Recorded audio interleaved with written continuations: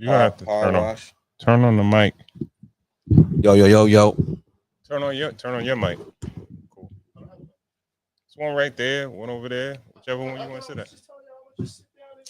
Turn it on when he ready. He gonna want to talk. Let him come down. We already live, so Oh, we already live. yeah, Live and direct. I just went live. Live from New York. Yeah. What up, yo?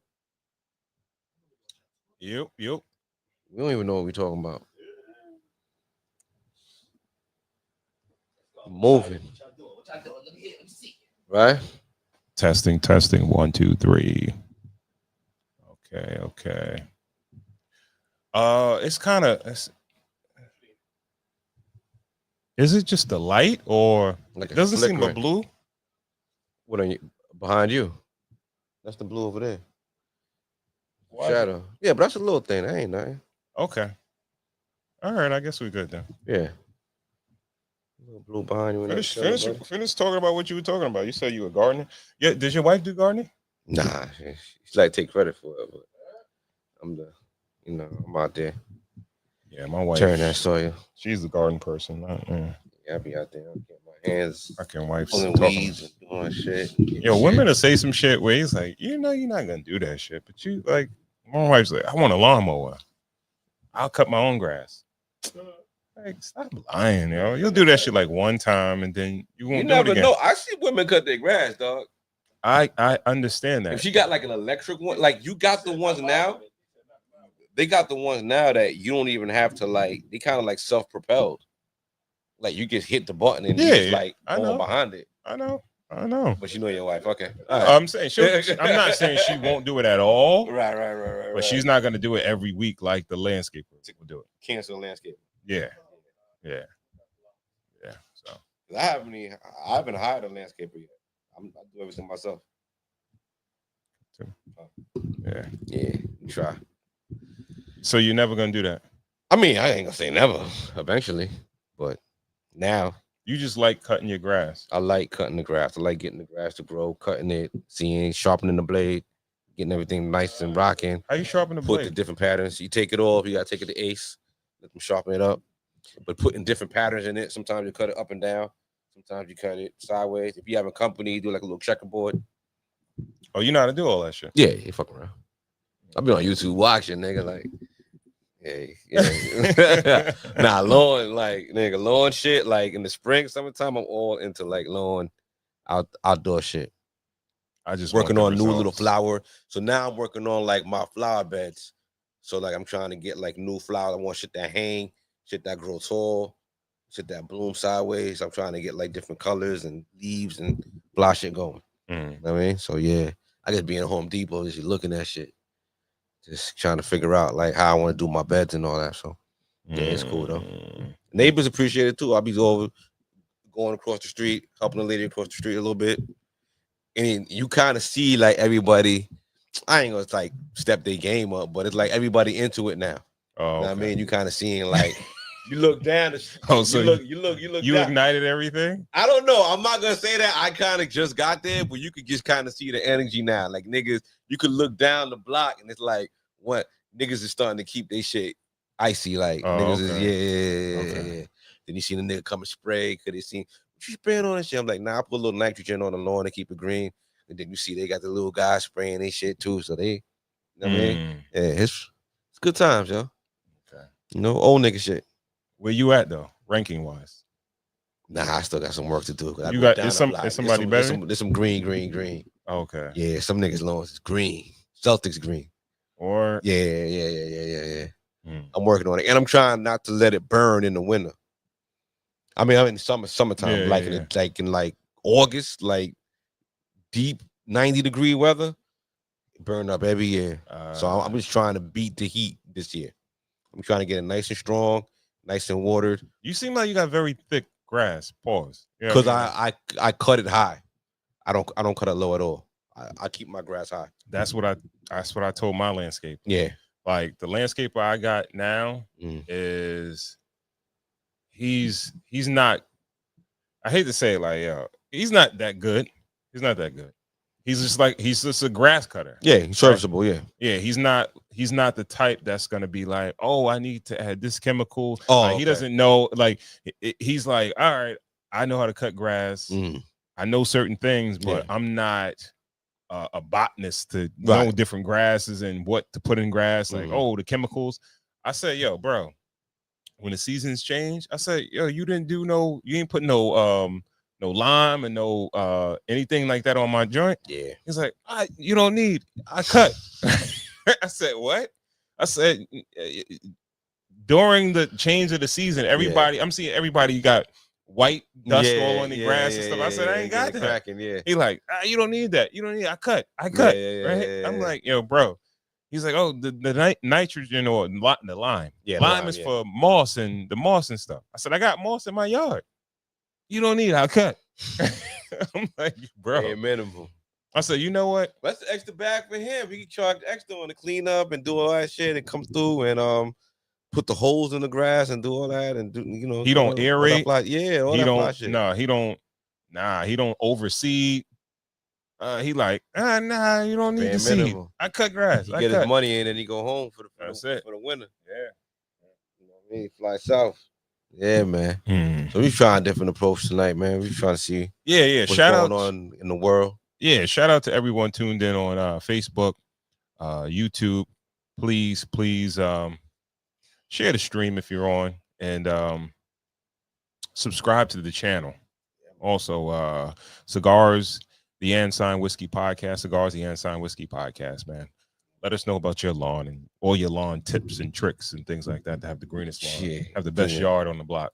Yeah, man. I aspire to. How long before you think you reach? Give me 2 years. Give me 2 more years. Let me just figure out how not to burn my lawn and get some better equipment. I need a better spreader, and I'm trying to go all gas on everything with the blow and everything like that. Once I get better equipment, upgrade everything, ain't gonna stop me. Oh, okay. Yeah. You still gonna be doing your own shit? Yeah, I got a couple of years in me still. Yeah, I'm rocking. It's good exercise. Get out there. Half an hour before work. Good exercise. Yo, dog, it's all right. Sense of pride, you know what I mean? I hear. Yeah, why not? Yeah. All right, let's Yo, the Diddy case going crazy, man. Diddy case, man. Yo, I don't following it. Like this is one of the ones, yo. This is one of the big ones, yo. Like legends is being made off of this. Like you seeing his team is high power, yo. How many lawyers does he have? He got 5. 5? Yeah. He got anybody of color on his team? Yeah, I think he got a black shorty. I don't got a name. Yeah. Okay. Go to go on YouTube. Go on Piers Morgan. He had a panel talking about the case and where they stand. They were on yesterday, but like they were talking about the Jane Doe a little bit. So I think we all know who the Jane Doe is at this point. I guess, yeah. At this point, it's that second one. Okay. All right, let's see what they're talking about, man.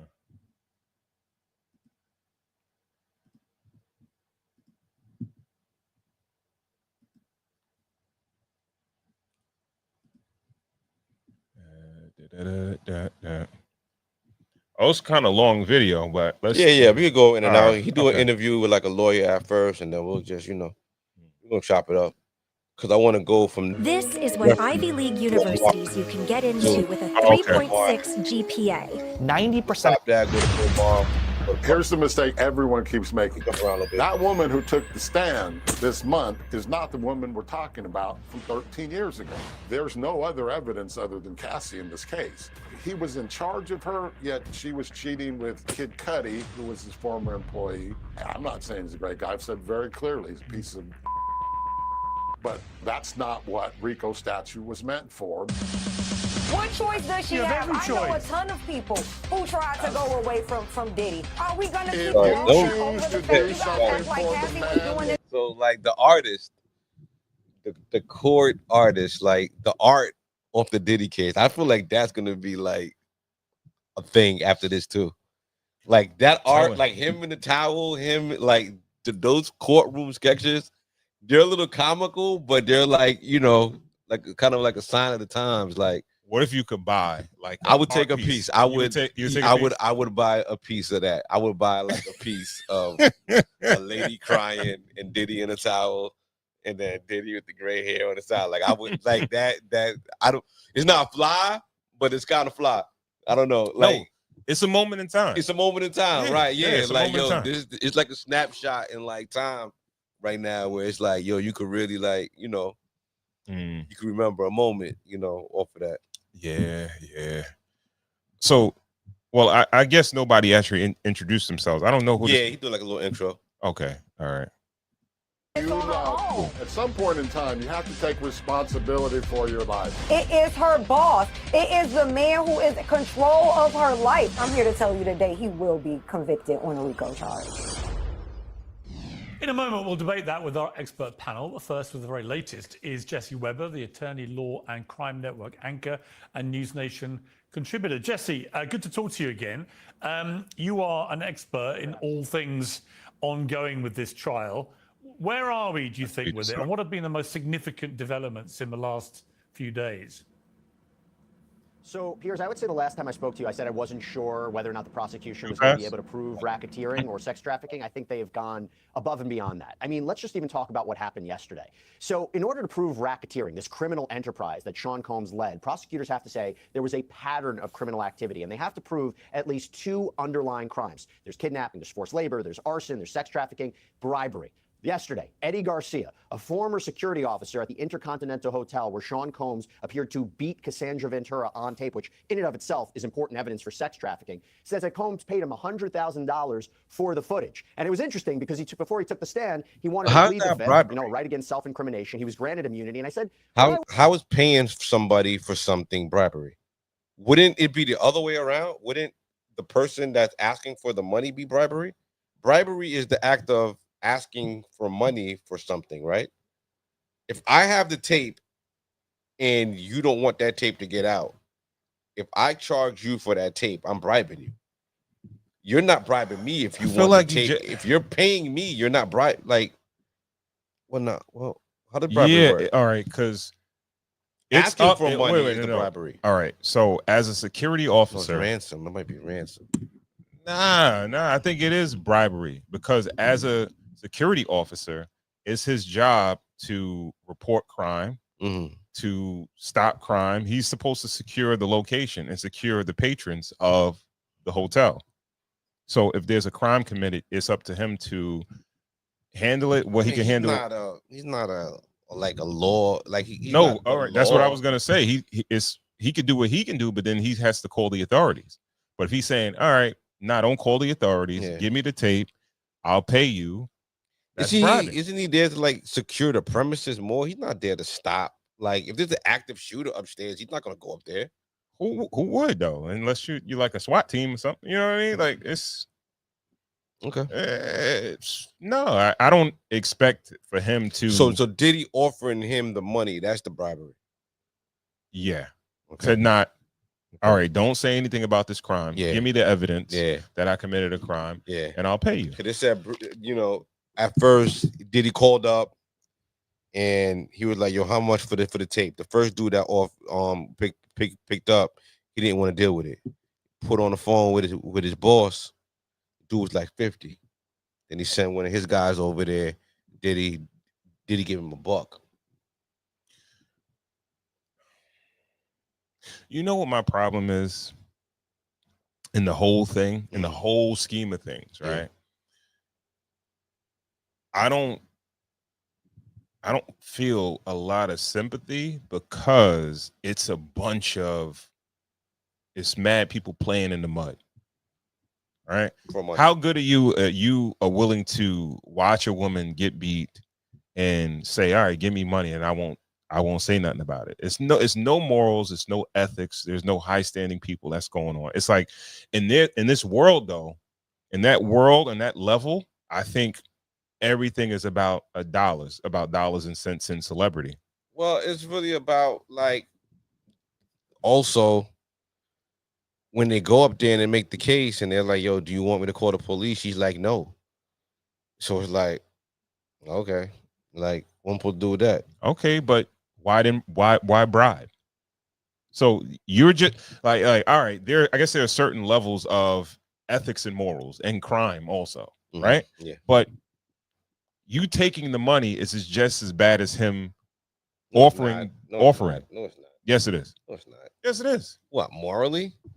Yeah. I don't know that lady. I don't know. I don't know that lady. I don't got no allegiance to her. Give me like my job.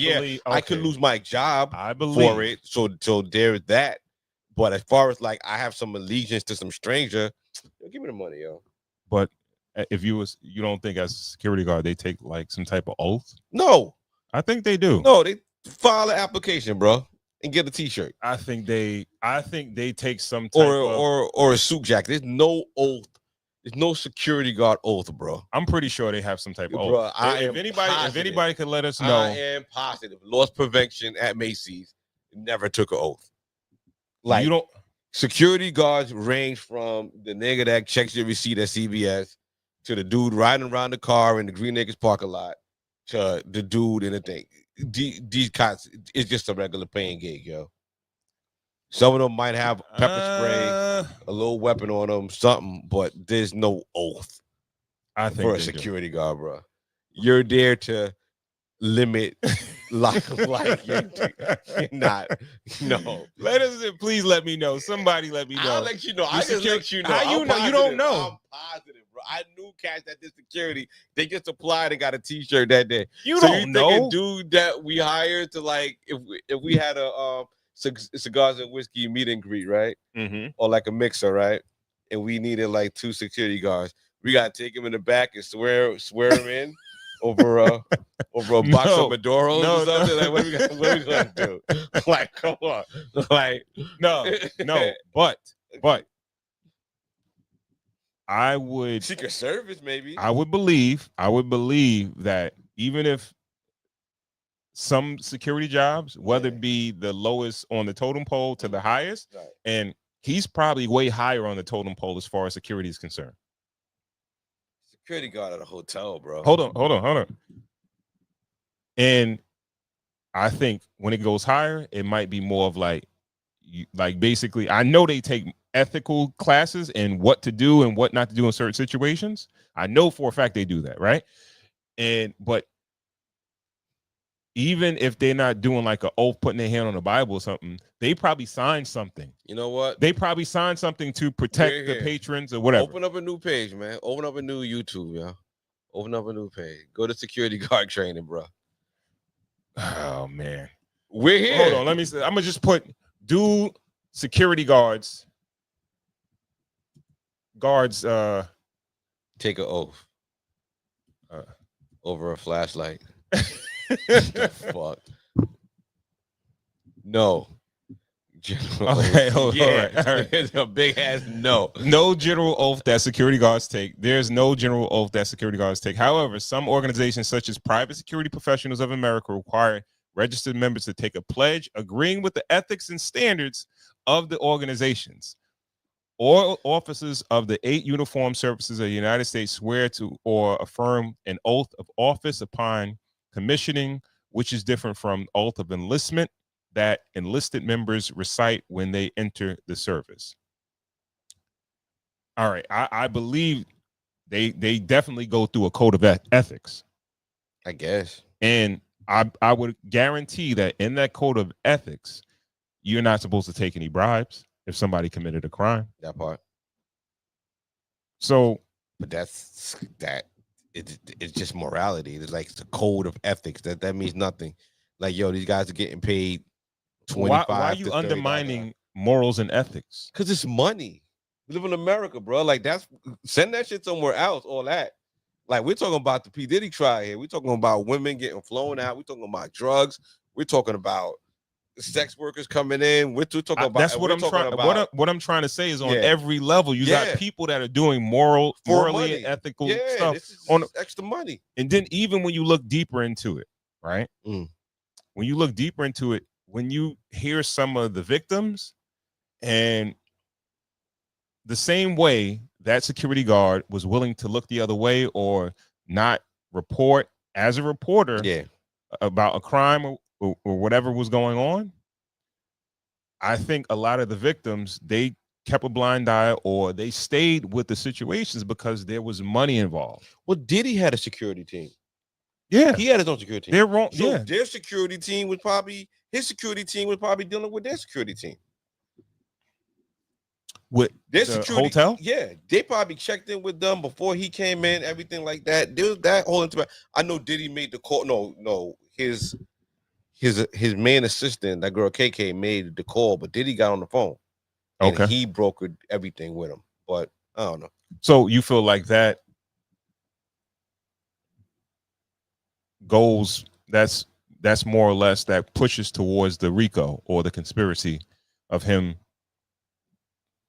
trying to coercion or whatever RICO stands for. We'll get there. I don't know. I'm torn on it. Cause the RICO is like, yo, you're taking money from the business to do crime, right? Is that that's what I'm thinking? But if the crime is your personal life, what else are you supposed to do? If the business is how I make money, what else am I supposed to use? Like, it's my business. Like, this is my only source of income. So what I'm supposed to do to buy pussy and drugs? Like, what I'm supposed to use? Like, what I'm supposed to, like, return cans or something? Like, what I'm supposed to do? Like, you know what I'm saying? Like, what I'm supposed to do? Like, hustle money? Like, that's my money. That's my income. It's too vague. Like, yo, you're using your own money to do illegal things, no matter how big or small they are on a totem pole. And these are things that people get slaps on the wrist for. People get slapped on the wrist for drugs. People get slapped on the wrist for prostitution. Now you're making it a thing because he's using his company's money to do it. And it's like, that's how he made his money. Like, he's self-employed. It's kind of weird. Like, I don't know. It's looks like someone needs a mic. This dude he's on a word strike. Corey Cool's on a word strike. He's not talking to us tonight. He has an opinion. Come on, Cool.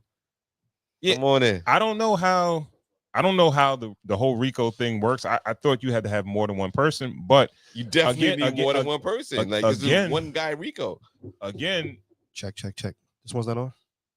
Yeah, that one's on. Yeah. Yeah, I don't know, because Diddy is a sort of like a figurehead, or a, let's say, the Ronald McDonald's of McDonald's versus like the of Bad Boy, though. He's like the mascot in a sense, or Combs Enterprises. Well, let's go more for like Dave Smith of Wendy's. He's the owner operator. Ronald McDonald's was just like a mascot. Yeah, mascot. He's the owner operator of this organization. Yeah. So, like, how is Dave supposed to buy pussy? Like, he has to buy it off cheeseburger money. Dave gets a salary though. So that's what he was using. That's the thing, but he's using his. I don't know if it's technically a Bad Boy. We're paying. This is a government case. We're paying for this shit. All right, so I haven't spoken on this yet, and I was really trying not to. So first of all, okay, you got to realize that these guys have unlimited funds and unlimited resources, right? The people who he's going against. Yeah, the government. Yeah, there's no budget on how long this could take, right? So, it's a real chess match. It's a real they're really playing chess with just spending the first week just trying to show you his character. They didn't want nothing else, nothing more, nothing less, but to just show you. Yeah, nothing more, nothing less, but just to show you his character. That was all they were trying to do. And by that is just showing you, his persuasive nature. Yeah. Right? Coercion is what they would call it. Yeah. That violence. Now, where the only reason where the RICO comes into play is that he has help. And the help is in the form of those security guards, and therefore using his assistants to do certain things that he needs them to do. So security, and that's what I'm saying, and the security, you know, where you say, oh, I had my security guards go track the girl down and bring her back, and or buy me this, or stand by while X, Y, and Z happens. And that's what they're gonna do. You know, they're gonna keep trying to now tie how other people help him do these things. When it came to, you know, the Kid Cudi car, he had somebody grab the assistant, right? And force her even into with that, there was women DNA found on it. It wasn't like necessarily like him doing it. It's not, I don't know. Like I said, it's about still kind of vague that he was doing it. It's kind of wild that Kid Cudi accuses him of doing it, even after when Kid Cudi asked him about the car. Puff was like, "What car?" You know what I mean? Well, like, I mean, I don't even think obviously, Puff even knew nothing about that nigga car. All right, I'm just gonna go in the basis of saying that they don't necessarily have to prove that. The whole situation around it is what they're trying to prove, right? And that is that he can get people to do what he needs them to do. He needs them to do it, and the things that he's had them do, you know, seemingly what they're laying out, you know, are not great. So now you have these two security guards, basically. So they have to eventually get called, right?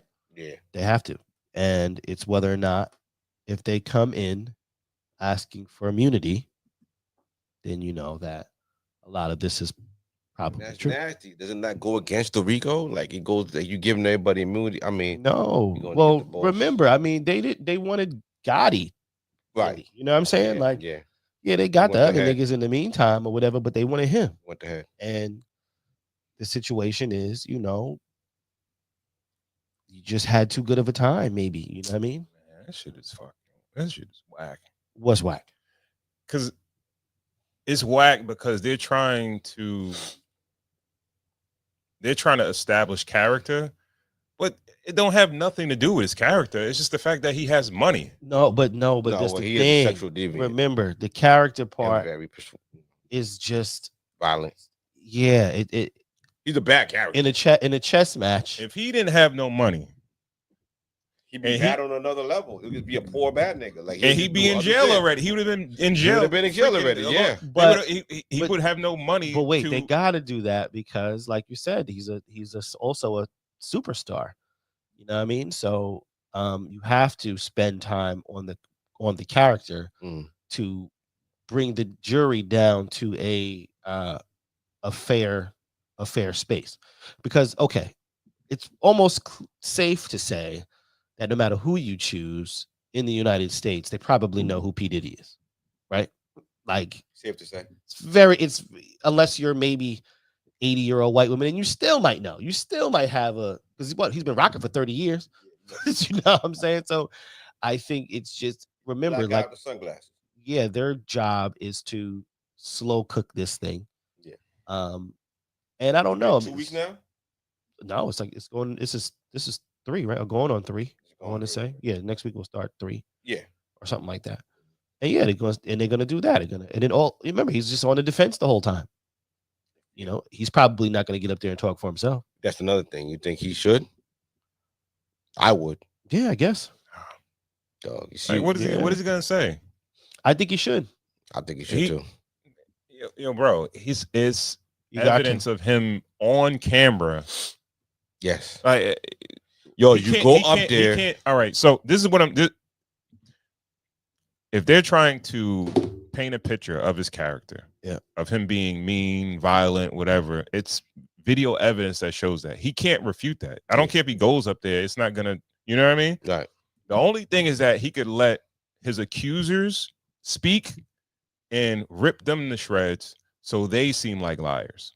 Where it's like, all right, I did this, that, and the third, but it wasn't as bad as you're making it out to be.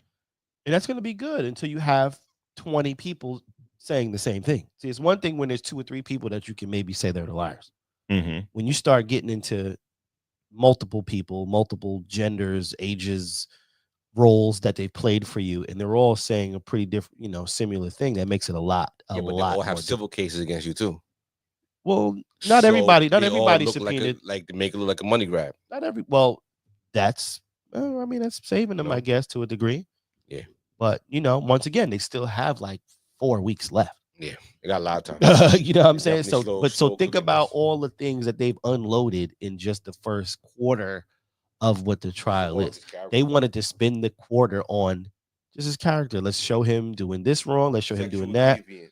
Right. I don't think that that's Junkie. not, that's kind of junkie and the sexual deviant. Because even the drugs weren't that bad. It seemed like everybody else was doing more drugs than him. It's not about like what he's trying doing. to get Cassie and remember, everybody off of drugs. Like he was kind of annoyed by the drugs. No, he would do drugs to party. It's not about like he was like a hard drug user. It's not about it's not about his partying. It's not about him loving sex the way he likes sex. It's about him using the people around him to get these things done. That's what they're trying to paint the picture. That's a weird case, but all right. I don't honestly. I don't feel like it's as weird as you think it is. I don't think that. I think that's what they're trying to make us believe. And then as a regular person, that's what you would believe, right? But dudes that's not sexual deviants, if they want a hooker, you don't think they're asking their assistant to get them a hooker? Yeah. You know what I mean? You don't think that if they want some cocaine, they're going to the drug dealer to get the cocaine? No, they're sending their assistant. Yeah. I don't think he's doing any different than anybody else, right? And a lot of the people, and this is why he hasn't gotten on the stand, and he probably won't get on the stand, because the thing is that nobody is bad all the time. Nobody's bad all the time, right? Now, you could, as a lawyer, I don't understand that. As a lawyer, if you want to kind of kill somebody's character, you just bring up all their lowlights, none of their highlights. You just all the shit that they did wrong. Sum of all your actions. Say what? Aren't you a sum of all your actions? If you just kill somebody, but you go take a shit, so you're not bad while you're taking the shit because you just killed somebody, you're still bad because you just did that. Like, you're bad all the time. Like, people are bad all the time. No, bad people are bad all the time. And no, okay, listen, yes, out of the 30 years, what do you mean? That doesn't make sense. There's nobody on this planet that's bad to everybody. Well, you're not. Well, Ron, out of doesn't the matter. out of you the get 30 bad years, to one person, that makes you bad, fellas. Out of the 30 years that he's been in celebrity, right? Can you talk about the percentage of good that people have said he's done versus the percentage of bad? We're not talking about business. No, I'm talking. It's not. I'm talking about all. I wasn't even thinking about business. I was just thinking about known as bad business. Even Big, before he died, it was rumored that Big was ready to leave. Don't talk about rumors. Well, we'll talk. Well, yeah, but we could talk about after the nigga died. He comes out with an album off of Homeboy's death. Like, you know what I mean? Like, you can't. A lawyer could say he did that in tribute of his friend. Right. So that's up to you to decide whether it's good or bad to you, right? So what I'm trying to say is this, right? Because we could talk. You could say he's a sexual deviant, and he uses staff to do X, Y, and Z. But every chick, he beat Cassie, but every chick that's coming up didn't say they got beat up. The last chick said he never put hands on her. Nah, but there's one more. There's one more. Those other girls who said that he stomped her with the baby. It's some other shit. What I'm trying to say is my initial point was that everybody is not bad all the time, right? There's been reports that he bloody Kim Porter's nose and all type of things. People said that on a boat. So that's a pattern of bad behavior. Right. But what I'm trying to say is that there are other chicks that now Kim Porter was with him for how long? Yeah. Right. So she got beat. You're allowed to like bloody somebody know? Like what does it matter? He could have been with her for 2 weeks or 10 years. I understand that. But if you're staying, it's a pattern of beating and a pattern of you staying, or after you say he did something bad to you, you saying you love him, you saying, well, yeah, I admire you, I'm this, I love you, and this, that, and the third. So Ron, would it be in the okay? Well, at this point, would it have been in the defense's favor to find some girlfriends that he did right by? They did. Who? The last one that was just on there. I think Jane Doe kind of was she her story got a little sketchy towards the end, but let's watch a little bit more of the video. Let's see what they talking about. Let's get a little more.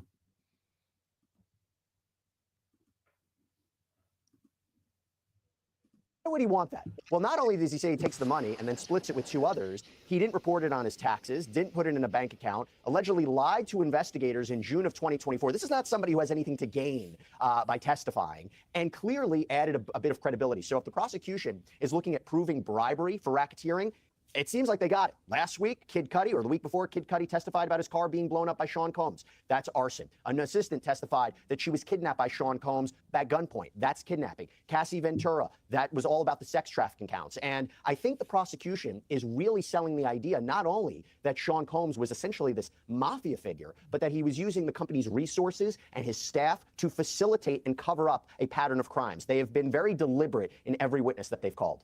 Is Sean Combs likely to testify? No, let me tell you this.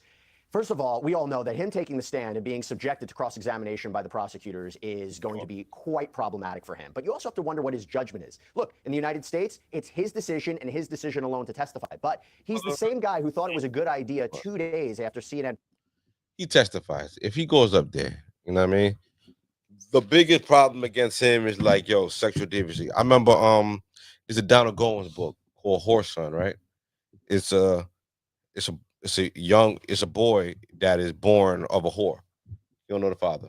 You know what's crazy? I was watching a sugar-free interview, and he mentioned that book. But go ahead. Right. Yeah, it's actually a really great book. And he grew a hatred for women and became a pimp. It was such a good pimp because he hated women. What if Puff goes up there, makes up a story about his mother? You know what I mean? And his upbringing. You know what I mean? I don't know, but I'm just saying, you know what I mean? Makes up a story. Yo, I saw my mother do things like this and this and this and that. And it, you know, it made me into this person. It made me into a voyeur. I watched certain things happen. It's the only way I could get off. You know what I mean? It turned me into this person. I've done these things, but yo, if we could go up there and be like, yo, I'm owning the stuff. I paid all my restitution. People, you know what I mean? Whatever, whoever I hurt got tens of millions of dollars on the back end of this thing. These people were with it. Like, we have text messages. We have things. There's no one getting dragged on jets or dragged into, you know what I mean, hotels, you know what I mean, to do these things. These are all people. P. Diddy is a victim of bad game. You know what I mean? Like, yo, he just told the truth too much. Like, you know, he didn't manage his women good enough. You know what I mean? But if he goes up there and he just somehow he got to go up there, man. He got to go up there, man. He got to go up there. He got to go up there. We just saw Tory Lanez go to jail for not going up there. He's got to go up there. Coming off of Tory not going up there. If I'm Diddy, Bill Cosby, I'm going up listen, there. Bill Cosby went to jail because he ain't go up there. Yo, you got to go up there. You got to there. go up there. 2025, if you got to go up there, bro. You got to put your case in your own hands, dog. You pay for the lawyers on the back end. Okay, because look, but Tory's in jail right now. Let me bring he ain't going to get destroyed. Let me. He will not. No, I don't think he will get destroyed. What's the worst they can do? Listen. No, When did you ever see him say anything negative about his moms? I just watched the video of him with his moms. Right, bigging up his moms. Maybe it could be an aunt. Maybe it could be anybody. I don't know. It could be anybody. He could just say, "Oh, well, be a babysitter." Well, listen, hold on. I don't be a babysitter. I don't think you have. He doesn't have to. So there is rumor. I don't know if it's true or not, but rumor that his mother partied a lot and had a lifestyle of her own. Yeah, he doesn't have to trash his mother to get that point across. That's not what he's. I watched a nigga blow her back out one time, and yo, I can't get that shit out my head, yo. I gotta see the women I love get blazed, yo. You know what I'm saying? You guys are focusing on the sex, though. No, the sex is where he's getting convicted. This is the court of public opinion. Yeah, well, he is being tried by the jurors. If he could go up there and sympathize with the jurors, he got to go up there, bro. Got to go up there. He gotta go up there. I don't think it's the sex that he's getting condemned for. But okay, no. So all right. So if you don't think he's being condemned for the sex, what do you think is going to be so rough about him going up there? Then what are they going to talk to him about? You saw the video of him beating Shorty already. All right, but that's done. The optics of that just don't look good. But that's done. That's done. What's the worst thing they're going to ask him, if you're a prosecutor, they're not going to spend the whole time. They're not going to spend the whole time talking about. Why wouldn't you?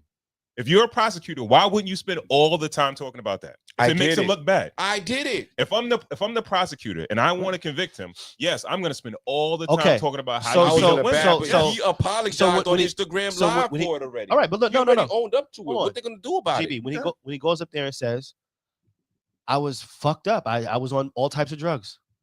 What do you say after that? How do you keep? P. Diddy is one of the most charismatic salesmen in modern history. Hold on, wait. He gets on there. He could get himself on. I just want you to answer that question. You said that they're gonna keep bringing that up. I would say, I was super fucked up. I was on this. I was on that. I was on the third. Just got out of rehab. So all right, yeah, all right. Yo, so when you do it? How long ago was that?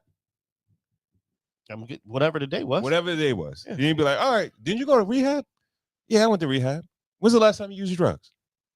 And then those dates are not gonna line up, bro. And it's gonna be like, yo, you still use drugs. Like, yeah, it's like, so you think he's not the first? He's not the first and only drug addict to go to rehab and come out and do drugs. Okay, I'm a drug addict. Then the prosecutor will ask, like, all right, well, from this time we have this person say that you physically abused them. Afterwards, I think he will stump them if he goes up there. I think he's gonna stump them if he goes up there. Yo, bro, they're not gonna know. They're not gonna really know what to say to him. It's the Eminem battle in 8th Mile. If you say all the disparaging things about yourself already in your first verse, there's nothing your opponents can say about you. Like, bro, you disarmed them. Everybody, they're not gonna know what to say to him. Everybody has seen that video. Yeah, and nobody's gotten used to seeing the video. Yeah. Trust me, that video is nothing now. Yeah, it's not a big deal anymore. It came out before, and now they showed it during the trial, but like you don't think that deal. He ain't had no shoes on. The stomp wasn't that bad. Okay, probably hurt his foot more than her. I'm telling you, he's got to go up there. He's got to. You got to go up there because I believe because yo, he has to. It's too much though. And listen, like GB said, he is a really charismatic dude. Up there, man. Yo, he up there gray picture. Yo, the nigga up there gray the whole time. Yo, he come on his day. His shit black. He ready. Because let's. The reason why. Sorry. No. And be like, oh, you said you sorry. Nah. Niggas done said sorry. You still got to pay for what you did. He don't pay. Everybody done got paid. Ron, he's not up there. Got paid. He's not up there to pay specifically for that video. It's just it's a piece in the pie to make you pay. If they bring up him cussing somebody out, him hemming somebody up, him putting hands on another girl, him offering people drugs, yo, drink, take the whatever, like that. Him being a documented drug addict, him going to his stints in rehab, his stints in shit like that are all helpul Nobody to him has if he gets sympathy up there. For a nigga that's rich. I understand. Because you know why? Because they're the point of the whole shit is coercion. Oh, they took the drugs. You could be a drug addict, but they only took the drugs because of who you are, and you made them do it. There is documentation on both their phones that he's telling them to stop taking the drugs. He's telling her friends. He's telling friends. No.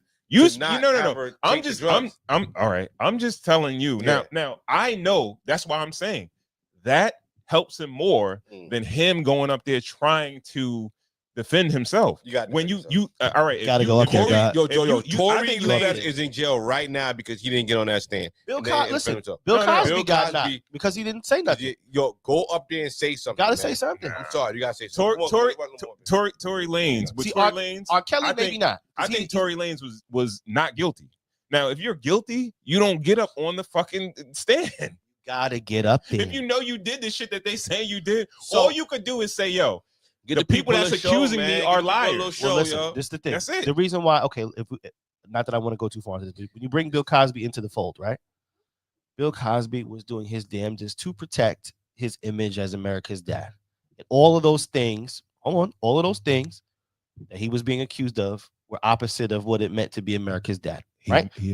He sat back and he let 30 to 40 to 50 people. You're not gonna let me finish, are you? I'm listening. You just ready to interject. I'm watching you. You just ready to cut me off. No. He let 50 people say one thing. He said nothing. Right? Mm-hmm. If Bill could have got up there and said, listen, I come from this, I got a shitload of money, right? I like to fucking party. I did a lot of drugs. Anybody who partied with me, the drugs was there. They took them. I like to take this drug. I like to have sex with this drug. Now, maybe it would have humanized him as a person. You get what I'm saying? Mm-hmm. And the thing, he was so busy trying to hold on to his image that he said absolutely nothing. And you let all of that, because what I tell you? Didn't I tell you he was go ahead, my nigga. He admitted it though. That's all I was gonna say. If you would have humanized and been like, yo, I party with you, Hefner, I party with all these people, or this was the drug at the time. They were taking it, but they were doing no cell phone records, nothing. The kid, this is, I don't know. He admitted it though. Yeah. He admitted it. Like you telling it, you saying go up on the stand and say that. No, but you already said you did it. He did not say did it. That's how he got out. The loophole is how he got out. I think he just said whatever, as long as he didn't go into. He didn't go into it. I think he just kind of took like a package type of deal type shit. If it makes any sense, like he got scared. No, they told him you could speak about it and you won't be prosecuted on it. And then they wound up prosecuting on the shit that they told him they wouldn't prosecute him on. Right, but he had already admitted it though. But that's okay. Admit to. But once again, when now you got into that, remember that, but that didn't come out till after he was already. Remember that We're talking about Bill Cosby. Just one more thing. Even before that, he even said he said a little yeah, you get the Spanish fly, you put it a little bit in the woman's drink and all that. He said that before, bro. Right. Come on. He said it. Let's get back on track. We on a hell of a tangent. You said we was deep diving, right? Yeah, I know, but come on, Bill. Bill home already. All right.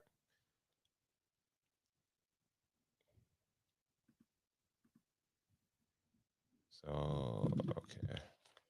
And published that footage of him back in 2016 to release an Instagram video apologizing for it. So he basically forfeited any right to say that video wasn't him or it was manipulated. He admitted it. So if that's the judgment of this criminal defendant, I don't think him getting on the stand will do any good, even though the defense has been saying this is all domestic. See? All right. I didn't know. You gotta get up there, man. I didn't see that video. I didn't see the video. What did he just say? What did he just say? You might as well get up there, man. No, he said he shouldn't get up there because he already admitted it. Once you already admit it, he seems biased. He's biased. He has his opinion, and he's thinking Diddy should just go to jail. And nothing else to do. Hey, it's nothing left but for you to get up there. It's nothing left for you. Listen. So all right, cool. It seems to me that you believe that Diddy's losing at this point. It's not that I think he's lose. Well,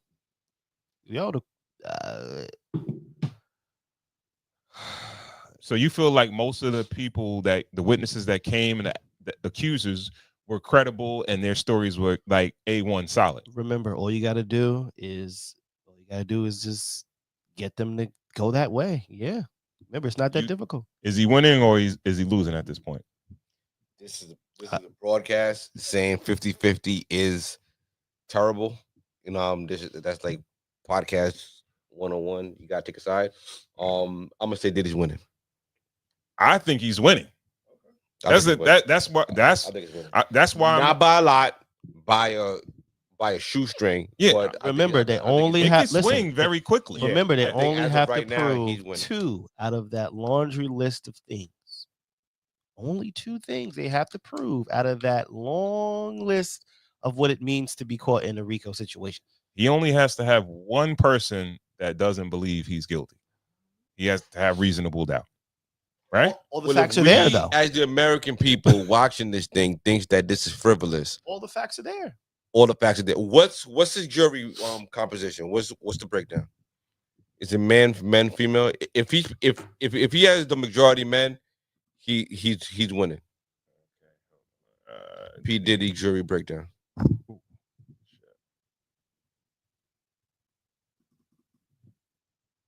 I feel like if he has the majority men, he'll be all right.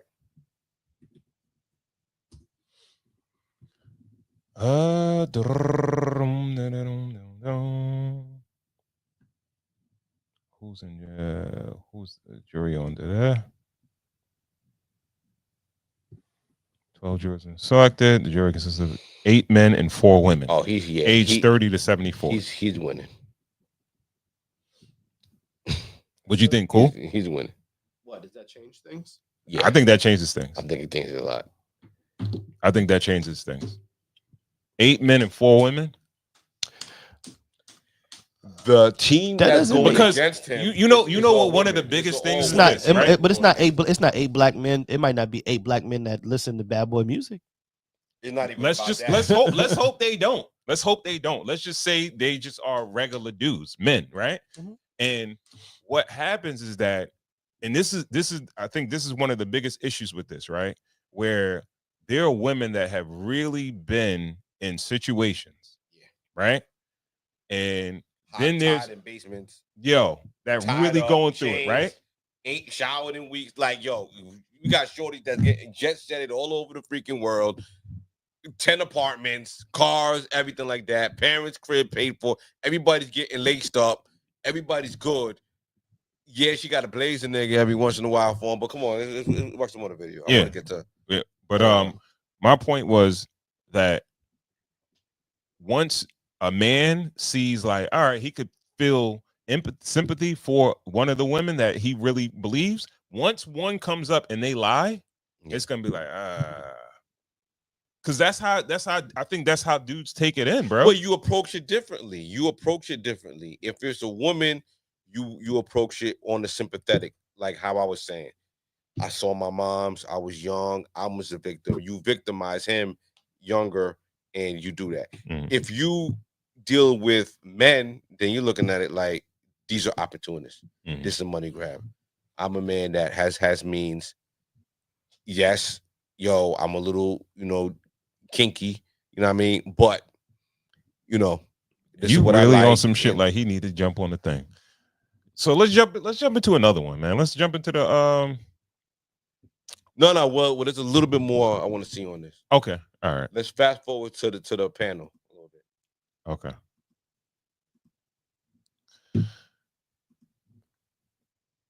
Domestic violence. I think what was going on was very consistent with. Jermaine struggled for years with dental issues before finally finding Nuvia. Listen to what he wanted most after his smile makeover. Sources, the money flow. No point invading your privacy in the first place. Matthew, we've spoken several times about this case. Let me just ask you, there's a growing kind of sentiment I'm picking up on from people who are following this, perhaps who know Diddy, who know the music scene, who know the characters involved here, that this is heading from being a sort of open slam dunk Trump case for the feds to potentially a sensational acquittal. What is your view of where we are with this? It can go either way. Good morning, by the way. Here's my position. Without question, they've not proven that there's been any corporation or organization that was organized for the purposes of satisfying P. Diddy's sexual needs. Bad Boy Enterprises was formed, I think, in 1998. And the government's alleging that this RICO statute covers those actions of finding Bad Boy Productions, which I think has like 50 or 60 platinum albums before Cassie even came on the scene. I think that's a horrible failure by them. I don't know if he's walking on everything, but I can tell you I have real issues with the RICO part of this because it's silly to think that when he founded Sean John Jeans, he was really doing that with the knowledge that someday in the future he would meet Cassandra Ventura, and then lure her into a life of voyeurism and swinging and all of the things that went on it. Understanding that right now the jeopardy he faces is based upon the horrendous conduct of what he did to that woman in that video. There's no other evidence other than Cassie in this case. And everyone can sit there and wring their hands and say, oh, poor Cassie, and I agree. What he did was horribly wrong. But Cassie also has opened herself up to a little bit of criticism when she says, it's not about the money, but I want $10 million from the Intercontinental Motel, which starts to make it seem like it's about the money. And as these horrific images of the video kind of become not as hot as they were before, you start looking at facts and you go, wait a minute. He was in charge of her, yet she was cheating with Kid Cudi, who was his former employee.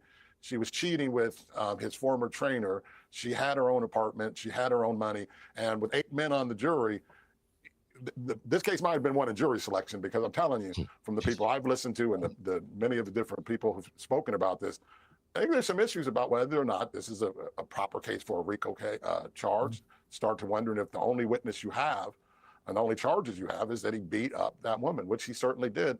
But I'm going to tell you one thing, the defense is certainly going to tell the jury, please convict my client of every single charge of domestic violence there is, every one of them, because there are no charges of domestic violence. And so when people start thinking he's going to walk, it's not because he's a great guy. I'm not saying he's a great guy. I've said very clearly he's a piece of bleepity bleep. But that's not what RICO statute was meant for, that someone can say 12, 13 years later that I want you to pay me $30 million. And I'll make this point very quickly. If this case was so strong, it meant that there was a crime before November of 2023. Yet before November of 2023, Puff Daddy wasn't accused of any crime until Cassie's people said, I need you to pay me $20 million or I'm putting this book out. And they didn't put the book out, and all of a sudden the government says, aha, you've been committing crimes for 12, 13, 14, whatever number of years. As the jurors sit there, they think about that. That's kind of a chilling idea that it's not a crime until you don't pay me money. And so I think the reason that Ray J and Suge have that opinion is because that's kind of the upswelling of opinion on the talk shows and talking to people around here. Okay, fascinating. Ariel Mitchell-Kidd, you said was an attorney for a recent Diddy accuser. I did a sort of straw poll with my team today, which was split male. Attorney for and I was recent most of the women so you ready to go. Thought there was a good chance she has money invested in her opinion. Anything but a loathsome individual who clearly beats up women. And we all saw that with our own eyes from this horrific video. But that is not part of what he's on trial for. And I think as Matthew laid out there, when it comes to talking to the jury, and they the distraction that the eyes are taken away from them because they have to by law, and they're left with just what he's been charged with. At the moment, it doesn't look like this is quite the slam dunk case that everybody assumed it would be. In other words, have the feds just overreached here, do you think? It's not to say, like I say, that he's not a bad person or a woman abuser, but is he guilty of these charges? Is there enough that we've seen to justify the scale of the charges? So first, hi, Paris. Nice to see you again. I dropped the kid. I'm only Ariel Mitchell now. So just moving forward, well, my apologies for misnaming you, which is the social crime of our age. I will rephrase that. Ariel Mitchell, please, over to you. No worries. So I find it very interesting how propaganda works. And I'm watching propaganda occur in real time because there's no way that anybody who is really following the case, who's really reading the transcripts that are coming out from the testimony, who cannot, or how do I say this? Most people don't understand what the proof or the burden of proof that the prosecution has to reach in a case like this. RICO has things attached to it called overt acts. So there are certain things, for example, that they have to address. So they have to address in the RICO. So there are certain parts of the RICO and the elements that they have to reach in order to be successful at trial. If anybody is actually taking the time to read the transcripts, which are very long, instead of just reading headlines, they would see very clearly that the prosecution is doing an amazing job, a magnificent job, in my opinion. So explain exactly every why. Testimony. Give me some examples of why you think that. So you got predicated acts, right? So there are certain acts that are enumerated in the U.S. Code regarding RICO claims. So the RICO claims is codified in U.S. Code, and then there's predicated overt acts that you have to do in order to further the RICO. So there are things like fraud, wire fraud, mail fraud, other things, sex trafficking, drug trafficking. All of these are part of. You only need one of these things to have a RICO, not all of them, but they are part of the predicated acts that must be shown in a RICO count. So once you set out these things, what was the fraud? What was the coercion? What was the trafficking, be it sex, drugs, or otherwise? They are doing a good job of punching each one of those elements with every testimony. And it's the lineup. People haven't even paid attention to how masterful the lineup is that the prosecution, the AUSAs have put on from the start of the trial with I believe it was the first male sex worker. And then they went directly to Cassie. And Cassie's testimony has pretty much set up the testimony from everybody else who's come after her, and it set up the majority of the elements that was needed for the RICO claims. Now, the only problem I see with this, the AUSAs right now is that they kind of are doing overkill, in my opinion. I think they've already met their burden. I believe they already met all of the elements they need to succeed on a RICO. And I'll tell you here, and I'll tell you first, like I've said this whole time, back in July of 2024, I said Mr. Combs was going to get arrested and indicted, and I was correct. When he did get arrested and indicted, I said that he would not ever receive bond, and he did not. And I'm here to tell you today he will be convicted on a RICO charge. Hey. See this property on Craigslist for $4,300 a month? Well, it's been You were sitting there? empty for the last 28 days, and there's 44. Okay. It's a cool world. I guess she laid it out, huh? She telling people like, yo, I feel it's an overreach. It's excessive, you know. Maybe a couple of years hearing it, but what he's looking at, I don't really see it. Because everybody was down. She's it's a not lawyer, like I'm not so I being guess sympathetic to women. Like, you know, I have women in my family. Like, I have daughters, you know, but yo, they going. Let's talk about the bigger implications of this whole thing. I feel like this case symbolizes the end of the money, cash, hoes era of hip hop. The whole big pimping, the whole era of video vixens and hoes and all that, and excessive women and all that. I feel like this has got to be the wake up. If you get in court after this for something you doing, yo, we can't help you, bro. And the other thing, if I could lay this out as well too, if you want to react to this is half of the stuff that happens when they go to Dubai. This ain't nothing. but it's all on board in Dubai, when they right? go deal with them Saudi princes and that money's on the table and they fly them in sex work. And I mean, it's just the jurisdiction is a little different, and you know the laws are different there because you can't really expedite. You know, what's the word when you bring someone else? That word, whatever it is. Yeah. But you can't bring them over here to try them over here, but they going over there for the 10 racks or whatever they going to, and they getting defecated on, and they probably watching camels fuck them, you know what I mean? And all types of shit. So it's like, y'all a whole, like, I don't know. I guess. You know what I mean? Cam did an interview with the Punisher. Yeah. Dude that testified that, you know, he was one of Cassie's favorite sex workers. You want to watch a little bit of that? Sure. She was going on with that. Killer was talking about. Killer was kind of wilding with that one, but I felt like it was a good interview, and he got a lot more than a lot of other people got out of it. Yeah.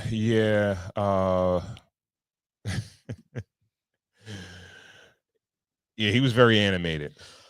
I mean, honestly, coming into this trial, I thought it was a lot worse. I mean, I don't, you know, coming into this, I thought it was like big swingers parties and all that. Really, all it looks, not to say all it looks like, but what it looks like, what it looks like his things was like he liked to watch live porn. Yeah. Like some people like to go see plays. He liked to watch porn live. Like he liked to see the shit. It's a little bit deeper than that, because you could watch two random people when you watch a porn, but you're watching your lady that he loves. Yeah. Or likes or loves him do it, and then he's doing some weird stuff with the semen after, which is like a little, you know, palsy. Yeah. You know what I mean? You know, but yeah. Is that criminal? Is it criminal? Nah, it's not criminal. It's taboo. It's weird. I think we have to understand where all this is kind of coming from. Like, it's usually racketeering was done for like mobs and things like that, right? Yeah. Criminal enterprises, you know, big conspiracy cases. Is there a short little video on that, the history of racketeering? Hold on. Let's see. Like something like 3 minutes. Open up a Neutron. Let's leave that there. We'll come back to that. But also it's based on the Mann Act. Right. Right? And it became like a big deal when Jack Johnson, the first black heavyweight champion. Take this call. Okay. Hello? Hello? That's how y'all doing things now? Niggas taking calls live on. Nah, my daughter, I can't. Oh yeah, you gotta take that one. All right. Take that call. She gets butt down. Mm. Yeah. When Jack Johnson, he had a white wife, and in that day and time, it was pretty taboo to have interracial couples, and he was arrested for the Mann Act for transporting his wife across state lines. Right. And they did that because he was a black man that did have money, did have celebrity, and that was it was a tactic in order to kind of I guess you could say slow him down or whatever, or put a pebble in his in the road for him. Yeah. Obstacle. And these are kind of like the tactics that they're using today. Now, as far as Diddy's concerned, it's similar because the women that they're saying that he was trafficking or moving around and using this Mann Act for they're his girlfriends. Like how can you traffic your wife or your girlfriend or your significant other? We're on vacation, and even Jane Doe today said that he took her to Keiko's, but he had the sex worker over there ready to blaze her. So it's like, yo, taking her around, you know what I mean? But let's see what the Rico law talking about. Okay. Yeah, that little one right there. This one? Mhm. Okay. Hold on.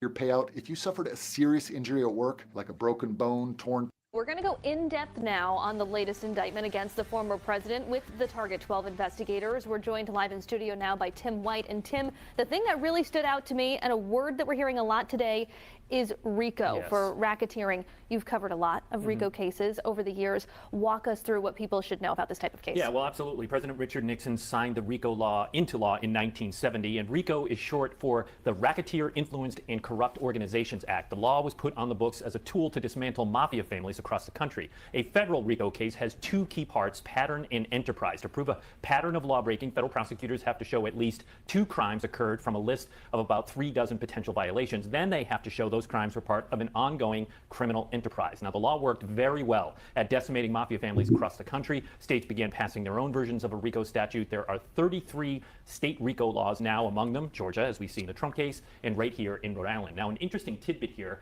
the U.S. Senator who wrote the... All right, so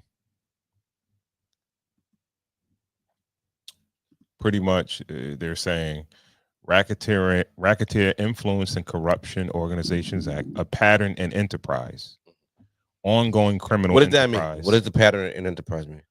I guess you have to show a pattern of crime. Like your organization it's a drug dealing organization. So when That's the mafia used to be like, okay, we're in sanitation, and they're covering up their money by fronting sanitation companies, that's what they want to see, a pattern. But if they have a pattern of drug dealing or well, if it was illegal gambling, if it was drugs, if it was extortion, things like that. Yeah. So underlying, it can't be like, all right, I run a clothing company and I did some other stuff that was, but mainly I did some other stuff that's illegal. But I run a clothing company, but I hire prostitutes every Friday. That's a pattern. That's under the RICO. I guess it could be. I guess where's your income coming from? If you're supposed to do, I think these I things think the pattern has to generate some money. Yeah, it got to generate some money. I think it has to generate money, not spend money. Let's say I got a clothing company. I buy ladies every Friday to throw a party at my man's crib, or I got a crib in the cut, and dudes can come through and, you know what I mean? Right. Deal with the ladies or Right. whatever the case. So if we're gonna bring like this that. back to the Diddy case, how does this prove a RICO? Where is he making money off of? This is for his own personal use. Well, remember, it's not like he's having huge parties and he's having all his friends. When we initially heard freak offs, our imaginations went wild. Yeah, the were the internet, and they went crazy. People coming in and he had stars on tapes, and he did this to this person, Nah, this I to this think- person, and he was holding this. I think it, like I said, they only This have is for his personal use. right, but I think, like I said, that's one of the classifications. What made him money? Even the drugs were for personal Once use. again, I think that's one of the things that it could be. I Right. think there's like you said, there's a laundry list of things that it could be. Right. You know, I think that's just kind of one of them. Yeah.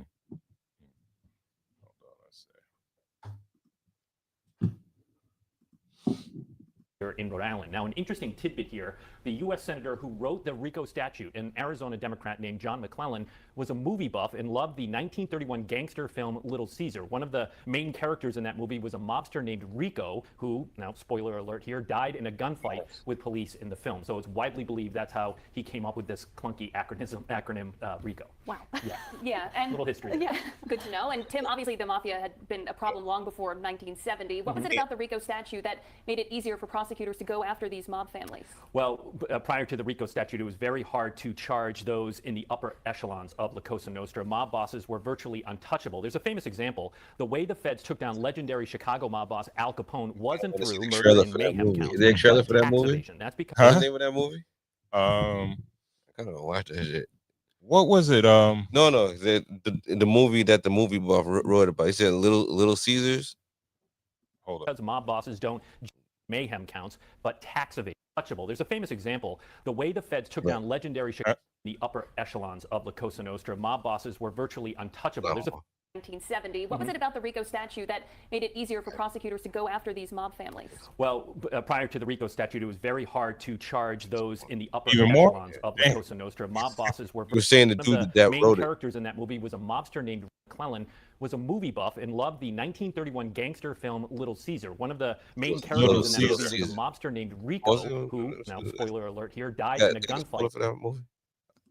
They got like a trailer. Little Caesar. I never even heard. I mean, Little Caesars. You know, it has implications, but yeah, Little Caesars pizza. You always think about like Roman stuff, but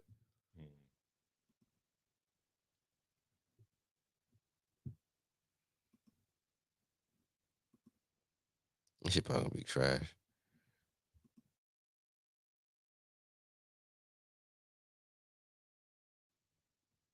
Little Caesars movie trailer.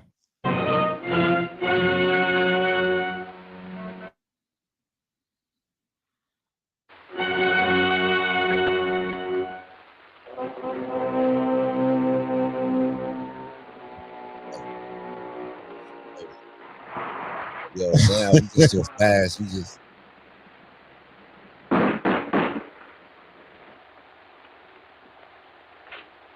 Happy New Year, boys.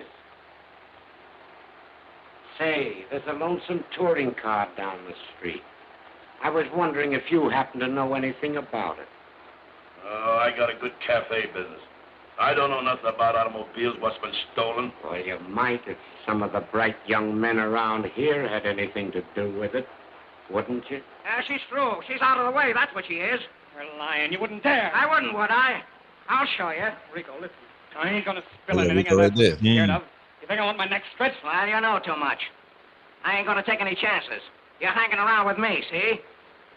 No, Thanks. I'm not. All right. You go back to that dame, and it's suicide. Suicide for both of you. You believe me, Olga? I want to believe you.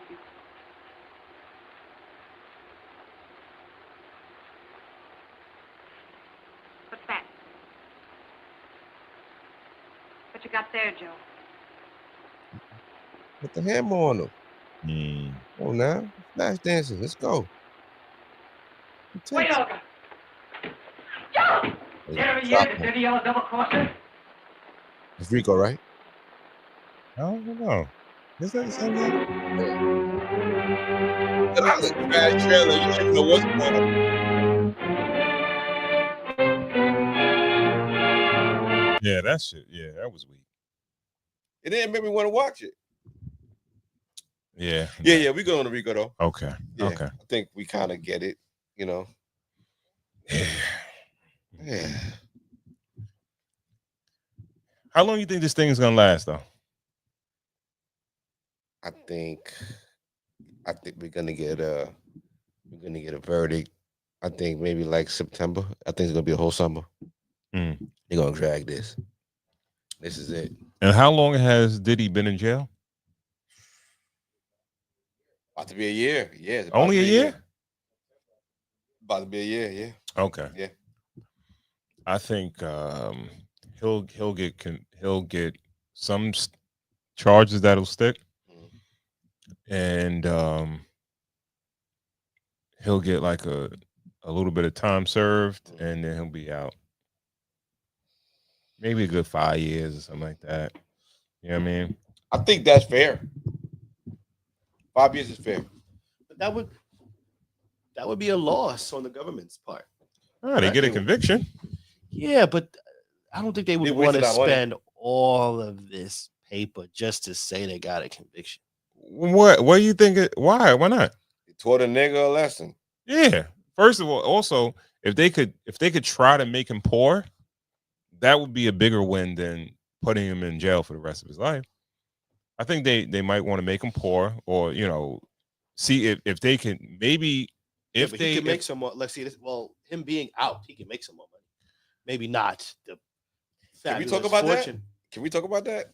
He'll make some more money. He'll make some money, bro. How though? Yo, Well, dog. because he still has his own stuff. He could sell fucking Still has his lube. name He on could a lot sell. of He it. could sell shit. He could sell baby oil lube.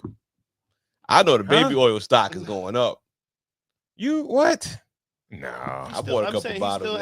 He still has I a want to lot see of. that baby oil do, nigga. Like I said, you can't even cut him out of music. That's the thing. Bro, he'll be a pariah. Can't cut him out. Nah, you don't want to hear that. This nigga doing too much freaky shit. Music, No, is done. listen. No, He was taking the ski and hear doing me, crazy no, things. hear me Yeah, out. I'm saying he good on that. See, with Now, Freaky Tales. with R. Kelly, musically, you could kind of cut him out, right? Did you get your shots? He has a lot of songs that, like R. Kelly, has a lot of songs with his name, with his voice on it. Yeah, you cut that out. Some of the songs that he's written, maybe you can't cut out, but it doesn't strike attention to where everybody knows every song that R. Kelly's written, right? You could kind of dim his celebrity that way. Puff, there's Biggie songs with his ad-lib on it. There's 112 songs with his ad-lib on it. There's Mary J. Blige songs with his ad-libs. He did the beat. It's much harder to cut him out of. Yo, but didn't he give people his masters? No, not the master recording. He gave them their publishing back. That's just only. Oh, that's why we need you, cool. But that's only one side. That's only one side of the credit. Only one side of it. There's the master copies. If any. So what's the difference between masters and pub? So the master copy is the show when you're done with it. When you're done with it and you have the only copy of it on this computer. Yeah. That's the master That's copy. the master. So What's the pub? The publishing is whoever wrote the record. Whoever wrote the record has what you call publishing, or it's kind of like I'm trying to figure out how to explain it to you in a faster way. Your publisher is like when publishing a book, somebody who puts out the book for you, kind of sort of. How does it work with ghostwriters? They usually give that part up. They just get paid to write. Okay, they get a flat fee. They get and a they flat. give it to the publisher? Yeah, they get a flat fee. Depending on who they are, if they're super dope, then they may get. Has there ever been a ghostwriter that went back for their publishing? You can't really do that, man. You've already signed. If you gave it away. Well, you signed. We can't do that. No. Like say for instance, if we in the studio and you be like, all right, I'm gonna write the record. Yeah, for you. nothing is done without. And I say, yo, all right, I give you 10,000 to write the record. Okay, that's your pay for hire. Now, but I'm taking 100% of the publishing. But in an era that we saw every hip hop artist say that they got jerked on their first deal. That's Since because when do we honor contracts? Like they complain. No. For 20 years that they signed bad contracts, So that people were being predatory because that doesn't matter. That's they went to the hood and they paid poor kids $10,000, $20,000 for their GB.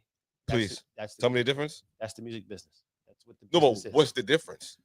I mean, when you go into Mickey D's, they Why pay. is one thing, My nigga, when you get a job at Mickey, not you, but when a person gets a job at when the person goes into Mickey D's and they get paid to flip a burger, yeah, they don't come back and ask for steak in the burgers that they flip. So what's the difference? So when the Locks felt like they were being jerked by Puff, what's the difference? No, they want it because, well, it's obvious. It's obvious that it's not obvious because they took the short end of the stick. They took the short. Yeah, but you took the short end of the stick by sending.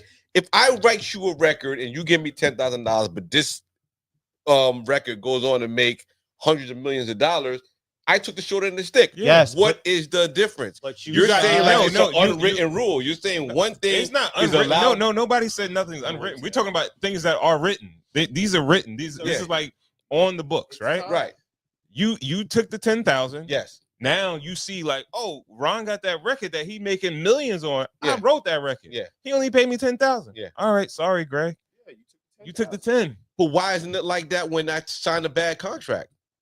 Like what? Puff is notorious for signing people to bad contracts. Okay, let's the go. whole Hold on. industry Let me was finish. looked at. GB. When I music- signed, Go ahead. I'm sorry.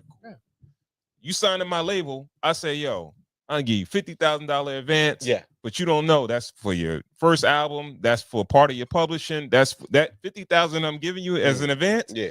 I'm buying your shit. Okay. So now when you do your album, now you don't get no publishing off your album. You got that 50,000. You got the money up front. You got some money. It's still a car. It's still a car. So why? Now you one didn't know. thing You didn't allowed- know. Oh, You you didn't didn't know. know. You didn't know. You didn't know. You So the you thing signed is the you didn't know. contract I gave you with no lawyer, nothing like that, or Yeah. the lawyer told you. So it's and you predatory. said, yo, I want. It's the music. Sometimes- It's the music. That's the music business. If your lawyer, I'm just tells trying you- to understand why is one If thing your lawyer, acceptable and why if your one lawyer thing- tells the other you, thing is not acceptable. yo, he's gonna give you 50,000. Yeah. But he's gonna take your publishing. Right. And you be like, nah, I want that 50,000. And you Yeah. don't say, nah, I want my publishing. Then that's you signed the contract. Right. So now I got your publishing. Okay. And then now after you do the album, we sell some records, and you be like, yo, I'm not making no money off my album. Right. I got your publishing. Got the publishing. Yeah. Right. But So why is one thing? what do you mean? What do you mean? What do you keep saying that for? What do you mean? What are you saying? What's one thing? Yo, it acceptable? was always the whole 2000s. All the rappers came back. Nori came back. Everybody came back. It was Because like, they're yo, complaining. he signed Yeah. Because bad. they're complaining. But no one ever complained about getting a bad ghostwriter deal. Because ghostwriters are already under the impression. Yeah. The only reason why Nori's complaining because not Nori. The only reason why a person like Nori would complain is because Nori is out there sweating his ass off to do these shows, to do this, to do that while the record is going and he's not reciprocating. A ghostwriter simply sat in the studio long enough to write the record and got the fuck out of there. They're no longer But he connected saw to it. his work. But they're no longer go connected crazy. to it. They when they came in there, Mhm. they came in there under the impression that I'm getting paid for hire Okay. and I'm leaving. So it's the benefit of not being ignorant to the contract. No. All right. So Source Money writes the record for Puff. Right. Puff is performing it Yeah. all over the world. Yeah. He doing the shows, Right. sweating, doing all that. Yes. Source just sat in the studio, wrote the record, Yeah. got paid his fee, Yeah. and that's it. But he's seen that song make 100 times. All right, if has you pocket, what if he you're got pocket paid. watching, yeah. Well, that's what everybody does, But right? that has Why nothing- is it okay to pocket watch on one end and not? Maybe I don't know. All right, so if I'm the Locks, I sold my publishing, right? Yeah. My record sells. We go gold, but we almost reaching platinum. But we, Fine, yeah. now I'm doing shows. I'm getting 5,000 a show, whatever. But it's like, yo, y'all record is moving. Y'all record is platinum now. Nah, we ain't getting no money from the Unless I record. can make money off of it.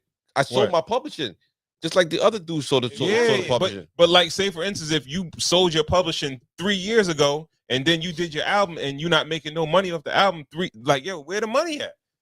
yo, you already got the money 3 years ago. Okay. You understand what I'm saying? So it's like Nah, you worried about why I'm not getting money now. Understand, but No, listen. No, it boils down to this: is that the music business is a very tricky business because the people who are in the lowest financial space in the pyramid are the most visible and the most talented. May not always be talent. Maybe in black music though. Because I I don't see white artists complain. I don't see white artists complaining. Taylor Swift just got her masters back, and she own all she the was rights to fucking all fighting my Scooter raps, She was fighting Scooter Braun for years. She fighting where she's actively recording and fighting for masters. Yes, right. She's not fighting for publishing. You understand what I'm saying? I don't know where Jay-Z looking for masters 30 years later after 20 years later after he released the record. Right. Now, Taylor Swift is actively recording and she's asking for her masters right now. No, she's asking for all the stuff. Yeah, what I'm trying to say is that she hasn't been like, she doesn't have the amount of time in the game as these other cats that when they get their masters, it's usually down the line. Well, the thing about that is the fact that number one, Taylor Swift has been around a very long time. She's not brand new. Taylor Swift is at least probably 15 years in the business. She's in the business a very long time. She's not a rookie. Number one. Number two is it's just when you begin to fucking smarten up about what it is you're doing. But didn't she even what I'm trying to say? You talking about smartening up? Hold on, right? My fault. But smartening up. But when black artists smarten up, they're just trying to get their publishing. They're not trying to get the masters. Well, you understand what I'm saying? Like I said, that really, but that may. I don't know. Well, I don't know. That sounds like an our fault thing, I guess. I don't know. That's what I'm trying to say. That's why I said black music. I It's said a blind spot of my comprehension. Black music, because I don't get it. I don't see why they're not. But also, it's kind of. But see, the arguing for difference is a master copy is a little more clear. The terms around a master is a lot more clear. It's like, okay, this record label paid for me to go in the studio, right? They paid the money, or it was that label studio. They own the master copy. That's black and white. They paid the engineer. They paid the producer. They paid everybody. If the record is still profitable, or to the record label or that company, they will hold on to those master copies. You know what I'm saying? Like, why would I give them back to you? You know what I mean? It's still working for me. You know what I mean? When it becomes a little less valuable, or the artist is willing to offer up an exuberant amount of money, then we can give it back to you.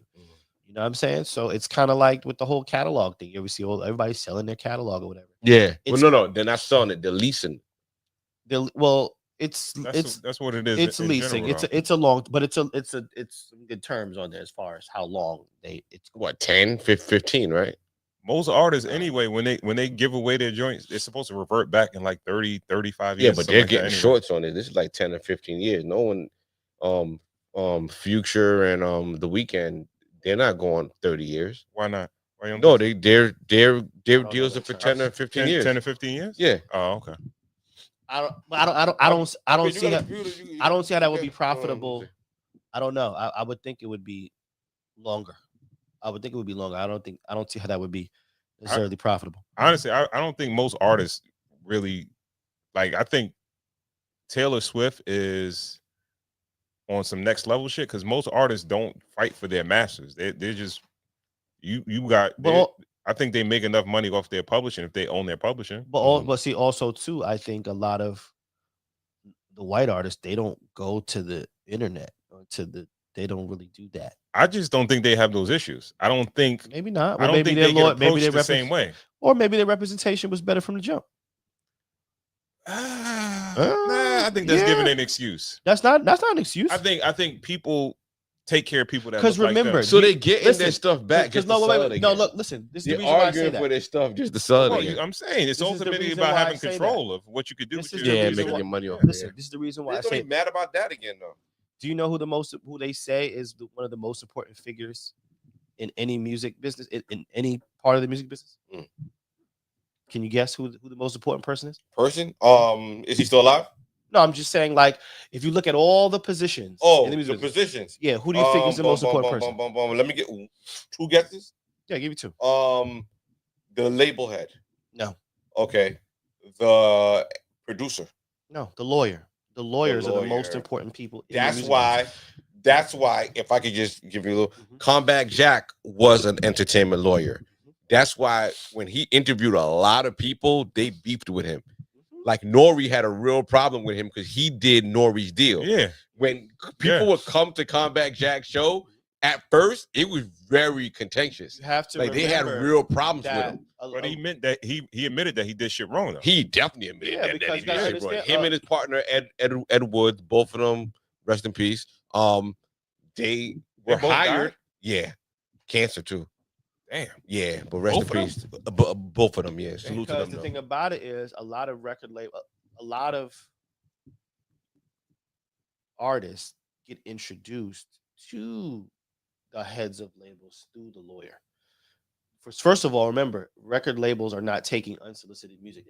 They don't even listen or talk to an artist that's not represented. It's kind of like in a criminal situation, right? Or in a court situation. It's like these lawyers have relationships with the judge, right? Same thing. The lawyer has the relationship with the label head. No, so I was just gonna say, yeah, that's they won't talk to certain people. They'll talk to this person because, oh, you know, yeah, there's no way. Yeah. On the on what we talking about, like a little. Nah. So anyway, the lawyers. My point is that if you look at Like Taylor Swift has probably walked in selling the by masters. a very important lawyer who is understanding. And you know what, Ron? I don't know. Maybe you could say maybe because they're from a different walk of life, that lawyers pitch in different terms. And because some of our black artists are Well, the lawyer, all right, if I could push back on it, the lawyers are only hired by the labels. Like, why the label? What do you mean? The lawyers are just coming up with their own terms. No, but a lawyer, no, they're not. They study the business. But my point is like, if you know that, okay, let's say there's a 18-year-old white girl. There's an 18-year-old white girl that comes from a good family. Yeah. Right? Mm-hmm. Not in any dire straits. And there is a black young person, same age, from dire straits. The terms are very loosely negotiable at that point. It's very predatory. But that's the music business. Always been. It's how niggas got signed for Cadillacs back in the day. It's always been. It's never been. But you say the stuff that you're saying is black music, though. I don't hear those stories in white music. Well, I think Elvis. I believe Elvis got jerked initially too. Yeah, we watched Elvis got jerked. Movie and got. No, I never saw it. Yeah, Elvis got jerked. Elvis got jerked. He made him stay in the United States. Yeah, niggas, manager was fucking him over. Yeah. The whole reason Elvis is known for being in Vegas, he didn't want to be in Vegas. He didn't want to be. His manager had sold to be in Vegas. His manager had a super slave deal. Like he got stuck in Vegas. His manager had like a super. Trying to go overseas and do his thing and everything like that. So Elvis, everybody beefed with LeBron. Even what's the name? They saying Justin Bieber needs to holler at what's the face? Remember, his manager went off. His manager, Scooter Braun, is the guy who Taylor Swift had to get those masters back. Yeah. He quit being the manager and jumped on to working with. Remember, they bought QC. Scooter Braun and them guys. Yeah. So okay. So they're buying publishing and masters and all. They're buying catalogs. Yeah. They're buying catalogs. They're in competition with Reservoir Media. Those guys are just. So when you buy a catalog, what do you do with it? Like, is there a video of like Future selling his shit, or like you just solicit it, or like what, for like movies or whatever? Like what's the point of like selling a catalog? Movies, commercials, all types of stuff. Games. But why can't you do that?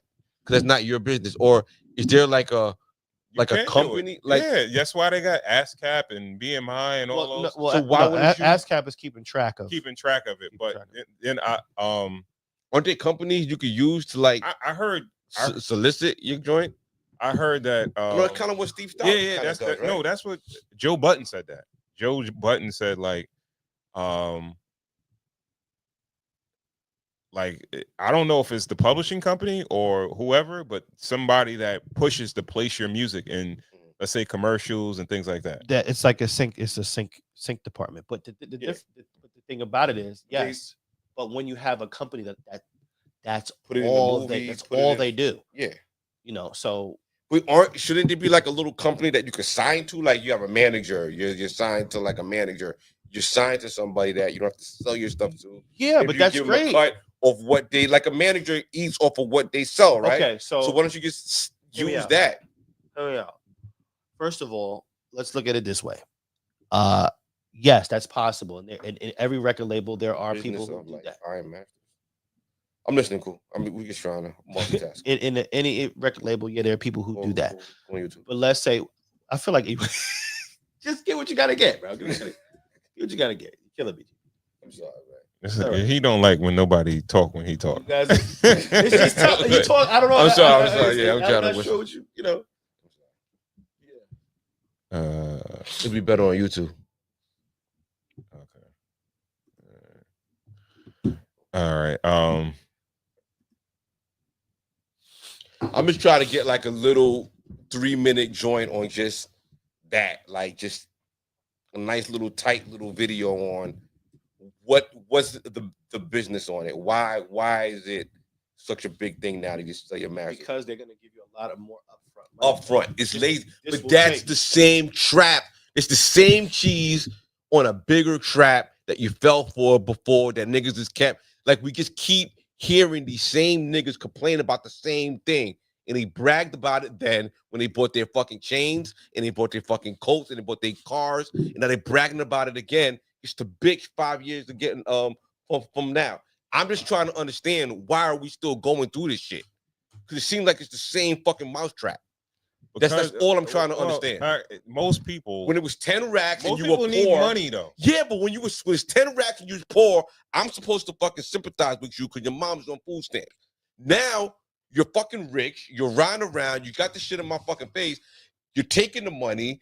Your fucking shit goes public. Everything is popping. And now you're taking the trap again. I know you're coming back around in 5 years. You think it's a trap with these dudes selling their shit now? In 5 years, these niggas are gonna be complaining again. They getting tens of millions of dollars. In 5 years, I'm trying to understand why these people are offering them tens of millions. If I'm gonna offer you tens of millions of dollars, I'm gonna make hundreds of millions of dollars. First of all right.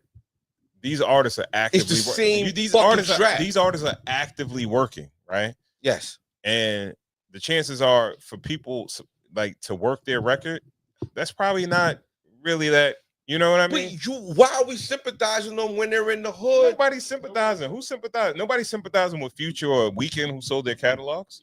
Or so we're about to when it comes back around. So far, nobody's. So far, everybody's it like, hasn't yo, been enough time yet. Eve sold her shit for $60 million or something like that. When we see these people made 300 million off of that thing, or off of that, and these people are coming around like, yo, we sold it because we didn't know. And to be truthful, I'm not sure. I don't think so. I'm a victim again. To be truthful, I'm not sure these companies are gonna make. Pardon? To be truthful, I'm not sure these companies are really gonna end up making that in what they spent out. Trust me, they know something that they don't know. I think they do. Way you could have said the shit 30 years ago, sitting in the Def Jam office, and was like, yo, nah, nigga, take that 10. You know what it is? Yo, we about to go to half. We about to be good, nigga. Like, you would sit there with your man in Def Jam and tell the nigga to take the 20. You know like, what? nah, these niggas ain't gonna make 20 off of your shit. Like, come on, nigga. Like, yo, take that 20. You know it's what this the same shit is? talk. What I think they it know is. something that we don't know. I don't. It's not. I think it's gonna be some losses, but I think these companies that are buying catalogs is like venture capitalists.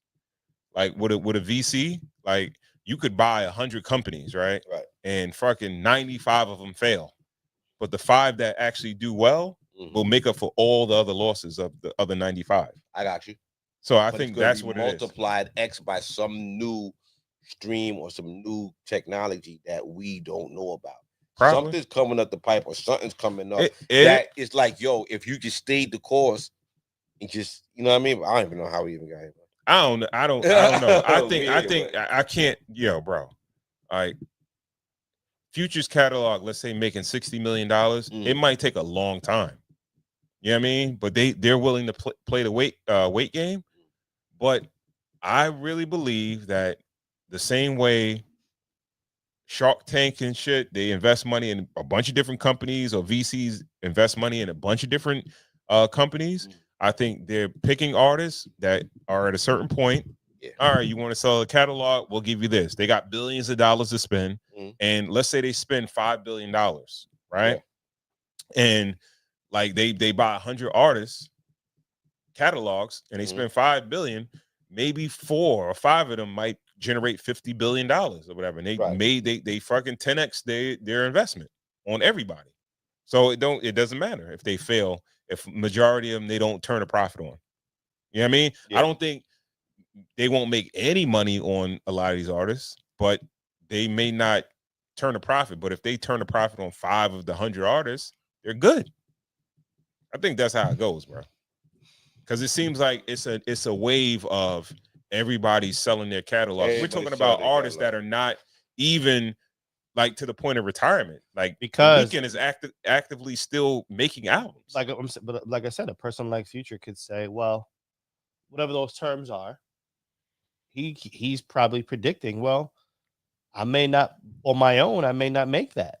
I may not make the $100 million over 15 years on just my catalog alone. So sure, I'll take that money up front and just deal with it at the end. But for some reason, people get so shocked when they realize that it's an actual business. People get very shocked about this thing. It's like they don't it baffles people. It baffles people that these companies are publicly traded companies and you can buy stock. Shit, myself, I got stock in Universal Music Group. I got stock in Live Nation. You know what I'm saying? Like it's like people get so like squeamish about it. But yo, bro, you know. Here's Chance explaining masses versus publishing. Hold on a second.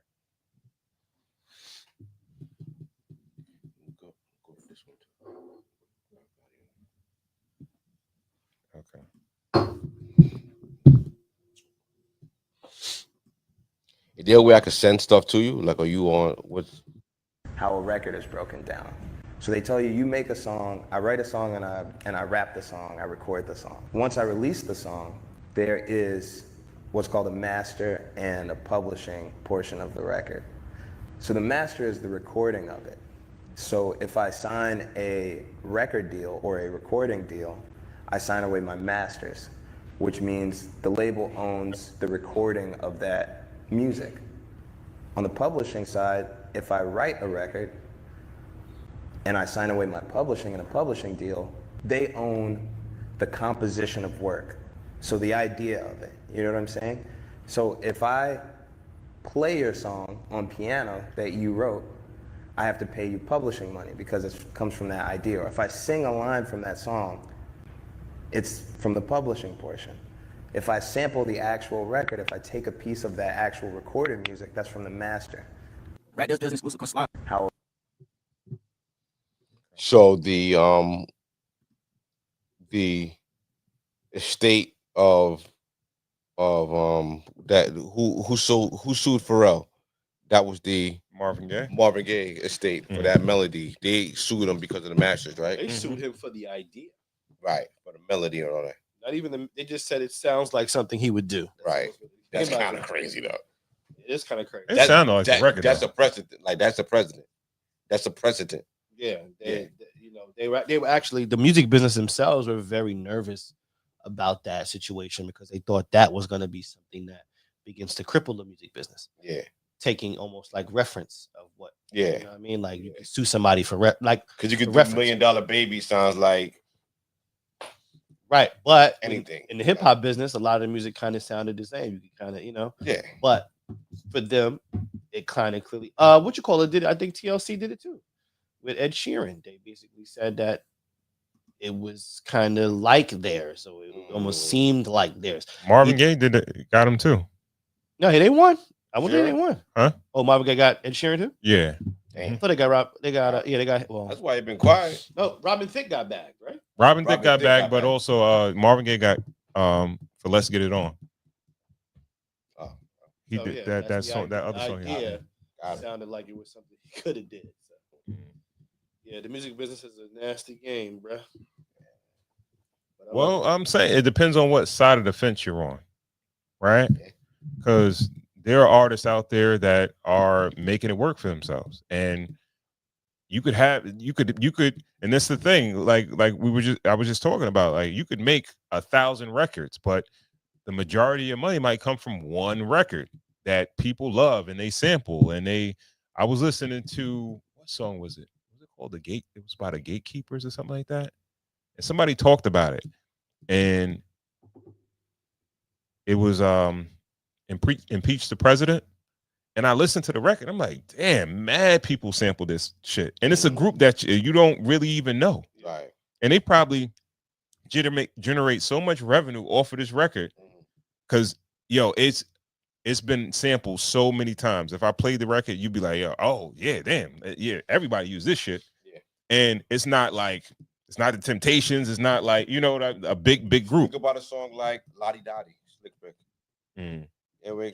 I can't be. I love, like, how many people I love her. Yeah, I think that's like the most sampled rap record. I think they said it was. It is. Oh, really? One of the top. It has to top be. 5. Like, if but you that's the think thing about that song, like, it's only so many like I can hear that I can hear that song in so many songs. I'm like, it's only because to me, I feel like in the music business, it's like everybody takes things so personal. It's so when you it's their art. No, it's not personal. No, everybody takes no, things. it's this not. is my little piece of thing, and I'm gonna when I'm hungry or my family's hungry, I can come back and I can scrape this plate again. GB, it's not personal. So the thing is, when you sign away a certain portion of whatever you signed away, it's not personal at that point. It becomes personal when you realize this person has done more with it than I did. And now I get personal about it. Yes. You get what I'm saying? Yes. And that's where the music business always has this, because you know why? These things are their babies. You know what I'm saying? You got to think. Livelihood. I'm sure that no, because listen, I'm pretty sure. Okay, it's like any I don't think they look at it. If it's your baby, you wouldn't sell it. Okay, what do you mean? No one sells their babies. No, it's their. The Weeknd wouldn't sell his babies. It's their babies. Ronco. The Weeknd wouldn't sell their babies. Ronco, let's look at startup companies. Startup companies sell their company and then come back years later and say, "Hey, I sold you Ronco coffee at the low end, and then you took Ronco coffee and you blew that shit up to the maximum, and now I'm coming back 10 years later to say, hey, I deserve something extra off of Ronco coffee." They don't do that. I've never seen that. They don't do that. When a startup company gets sold, they take whatever they made and they start up something new. They go the other way, or they just deal with it. It's the same thing. It's the intellectual property. It's just expires. It's intellectual property. But it's not a contract that expires. When Ron sells that company, he's selling it forever. When I sign a deal with you and I sell you my pretty much it's not forever. But it's for a long ass time. It's not forever. It's funny. It shouldn't matter what the terms are. It's not forever. But it shouldn't matter. No, but that is the fundamental difference. It shouldn't when matter. You sell a business, it's forever. If it's 30 years and it's 15 or 10 years, you like, okay, hurry this shit up so I can get this fucking money, or I'm gonna like huff and puff so I can hurry up the terms. Okay, so let's say your argument. That's the fundamental difference. Let's say your argument is 10 years or 15 years. Why are you complaining at year 5? Because that's what niggas do. Right, but because you're taking it personally. No, you're not taking it personal. You're hungry. And you not taking the were you pocket watching? You took it personal. That's what happened. That's what people do all the time, bro. I'll give you that. You took it personal, my guy. Okay. I will give you that. Yes. Yeah. I will concede that yes, you take it personal. Taking it personal. And that's why you are looking. And guess what? You take it personal because someone's making money off of what you sold. What do? They run to the internet and they put the phone up in their face or whatever, and they get to complaining. Or they run the funk flex and talking about they're gonna hang puff off a roof. Or that. You know what I'm saying? Yeah. But the point is that you did not take the proper precautions when you were signing these papers. It goes a little bit deeper though too. Okay. Because if you look at you should watch this guy's Ganga. I think his name is Ganga Roach. Yeah. It's a guy that's he's like he's going around the whole Roach. Like if you if you have a discrepancy and you want your publishing back or whatever, he's the one that goes to back. He's the guy. Yeah. Yeah. That sounds so. He has a YouTube channel too. Yeah, he calls Star Show all the time. Yeah, so I listen to him talk all the time. He was talking about all the labels. He said that. Pull him up. You guys don't know him? Yeah. Hold on. He was saying that Bad Boy definitely they took your publishing. Yeah. He So they said they bought your publishing. They didn't well take in your contract. It was they were taking a piece of your publishing. He said Rockefeller never did that. All their artists got their publishing. Okay. He said none of them. Good business. Yeah. So shout out to Dame Dash. And he said that in the whole truth. Dame Dash. They put Goo Roche. Shout out to Dame Dash, baby. Make a comeback, baby. Waiting on you. Maybe. I still maybe we'll put it with you. Yeah. But Puff could always Puff could always complain that. Yeah, this is what this is the one I just I think I watched this. What?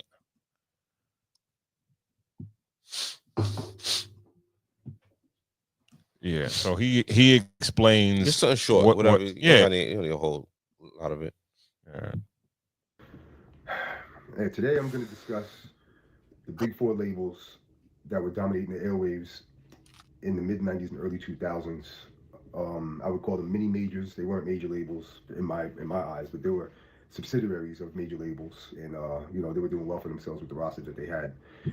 And those labels are Bad Boy, Rockefeller, Murder Inc., and Rough Riders. All right, and I'll be discussing that. My name is Gungu Roach. I'm in the publishing business, copyright business. If you need my help, hit me on the DM. So let's get it started. So basically, let's start with Rough Riders. I got a couple of clients with Rough Riders. If you were signed to Rough Riders, chances are they were asking for publishing, more like a 75-25, 75 for you, 25 for them on the publishing end. That would also go for the producers, and it seems like they would also, split points with you on the points portion, off the master also if he was a producer. And also if he was an artist, your contract would more likely be cross-collateralized. And cross-collateralization would mean if my first album did great and I recouped, all good, I'm getting my money. But if my second album flopped, they would take those royalties from the first album and to pay back what's owed on the second album or third album or what have you. So that's basically what cross-collateralization is. And I've seen it happen to the best of them. So that's just the way it goes. But Rough Riders is, a good label to be on. They did well for themselves. And, it just was what it was. So that was what was going on with Rough Riders from what I knew. Also very similar was Murder Inc. Murder Inc. was very similar with taking 75, doing the 75-25 with the producers and artists. It's very, very similar deal on that end also. I do not know though if the contracts were cross collateralized. I may have knew, but I forgot. But I can't speak on that because I don't know about that. They may have been. Who knows? Also, Rockefeller. Good thing about Rockefeller though was they didn't ask you for no publishing over at Rockefeller. Rockefeller, every artist that I know that was with Rockefeller got all their publishing, producers included. So you got all your real estate. So I mean, there was nobody really mad over there, with compared to other artists or producers signed to other places. You know what I'm saying? So Rockefeller was a good place to be. Very successful. I'm sure a lot of money was made for everybody. It was a good thing. I think also Loud Records was another company that people aspired to be signed to also. Loud Records, they didn't ask for any publishing either. So that was a good thing with Loud Records. I can't be mad at them about that. I do know a couple of artists that point structure wise in the artist royalty, and they weren't too happy about how many points they got on their project. But I guess you get what you negotiate. So, it is what it is. That's between you and your lawyer and how hard he fought, And we can get to the infamous Bad Boy records. They definitely was asking for publishing, for producers and artists. Not all producers were getting their publishing taken though, so that didn't go for all producers. But there were some producers that signed up, and they gave some of their publishing rights up. And most artists signed to Bad Boy had to give up publishing, but not all there might have been maybe off top like 3 or 4. If you had leverage to go to other labels, they weren't going to ask for your publishing. So say like Shine could have went to other labels. I think other labels wanted him, so he got all his publishing. Like we just French Montana was going through a bidding war pretty much. 2010, 2011, a bunch of people wanted him. Kanye, Rick Ross, a whole bunch of people wanted him. Yeah. Yo, there was something else that happened this week. There was a rumor that Vanessa Bryant was pregnant, and everybody kind of went into the uproar. I can't hear you. Okay. Nah, you can hear me? Yeah. Okay. Yeah. There was a rumor that Vanessa Bryant was pregnant, and it sent the internet a little bit into an uproar because, you know, Kobe died, what, 2020? So about 5 years ago?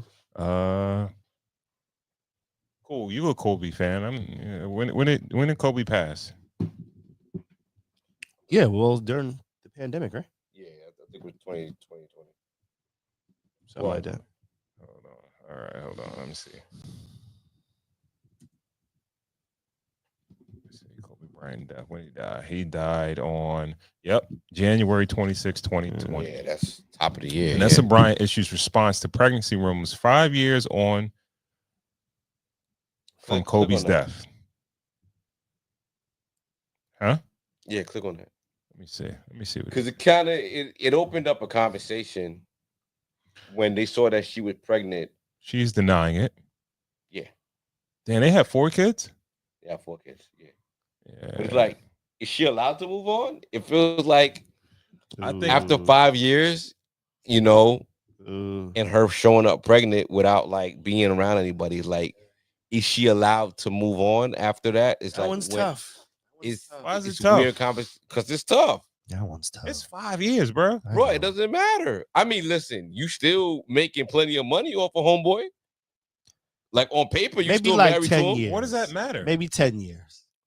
Huh? Yo, Maybe every 10 new years is sneaker come out, every new thing come out, the Nike's sending you checks off a homeboy check. Yeah, I just feel So like you want to 5 live years, off I a don't know. homeboy's money and you still want to go get can't. knocked up by somebody else? Let's just have the conversation. I don't know what you can't do. What you can't do. I know it's a little weird though, Bro. Well, I mean, you act like it's a year, bro. I think 5 years. But listen, I mean, honestly, just we talking. You know, let's say she had a little somebody. I think that's cool. I mean, but I just feel like you got 4 kids already. Where you going? What more do you need? You know what I'm saying? Like as far as the kids go, like, you know, I feel like it was like, yo, you know, Vanessa Bryant, she dating, she got a little guy or something like that. I think that's fair. Yeah, 5 years, that's So fine. homeboy about to eat Held off of it down. Kobe legacy. He about to get like way up. you trying If to she was- seed it. If she was pregnant, it would be because of the guy wanting to have a kid. Yeah, you don't need Not to her see- having yeah, a I'm kid. just She already saying. got 4 kids now.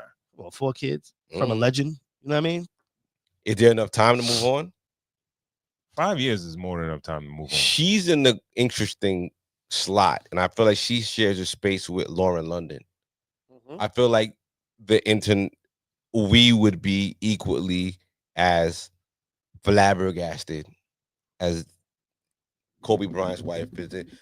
Lauren London wouldn't be married in it, right? But if she popped I up think with they another were married. nigga, huh? Didn't it come out that they were married? I didn't see Nah, that. I don't think they were married. You can look it up if I don't if you believe want so. to, but I don't think that they were married.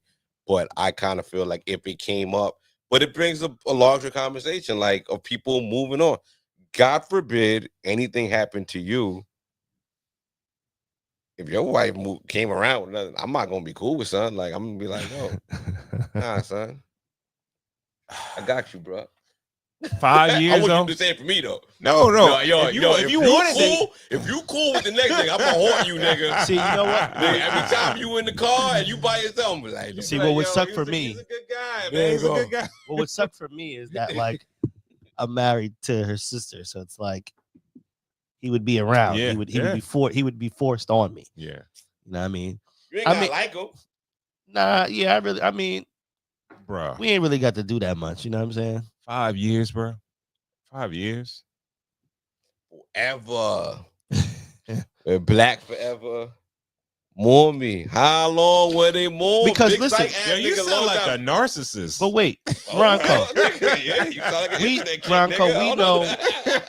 What I tell you? But Ronco, we I part want to of. control your life from the grave. But listen, we are. Nigga, I was great when I was living. How long We're a will part it of black move families. We're a part of black families where sometimes that woman doesn't move on, never moves on. Yeah, I like that.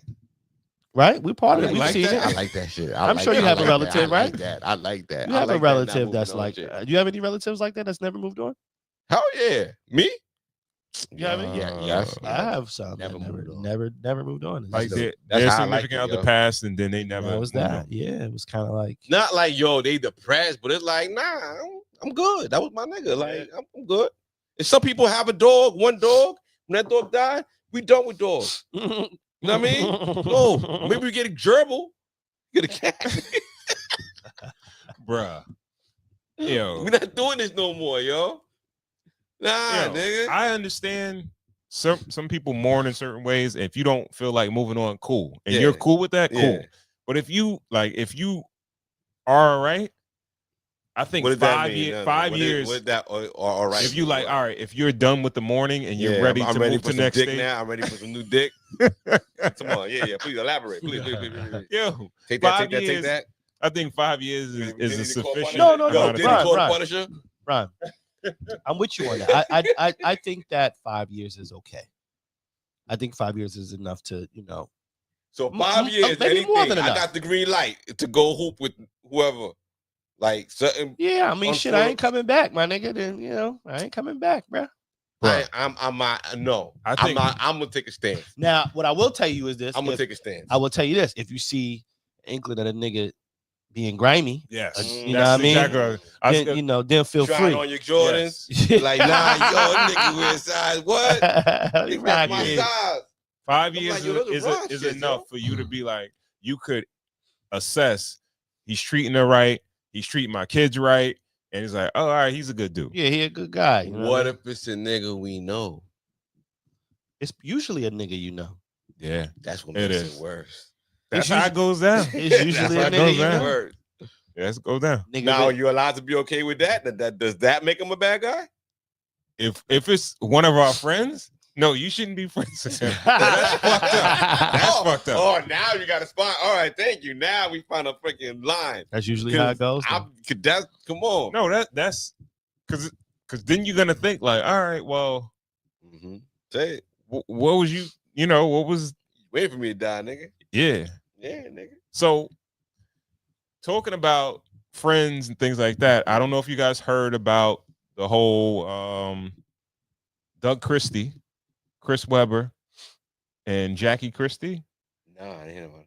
So this dude, Doug Christie, he may actually win a wrongful paternity suit case where he's going to get her and Chris Webber to pay him $4 to $5 million back hold on. for Wait. paid out monies. Chris Webber was knocking it down. Yes. Oh man, he's the father of one of their supposedly kids.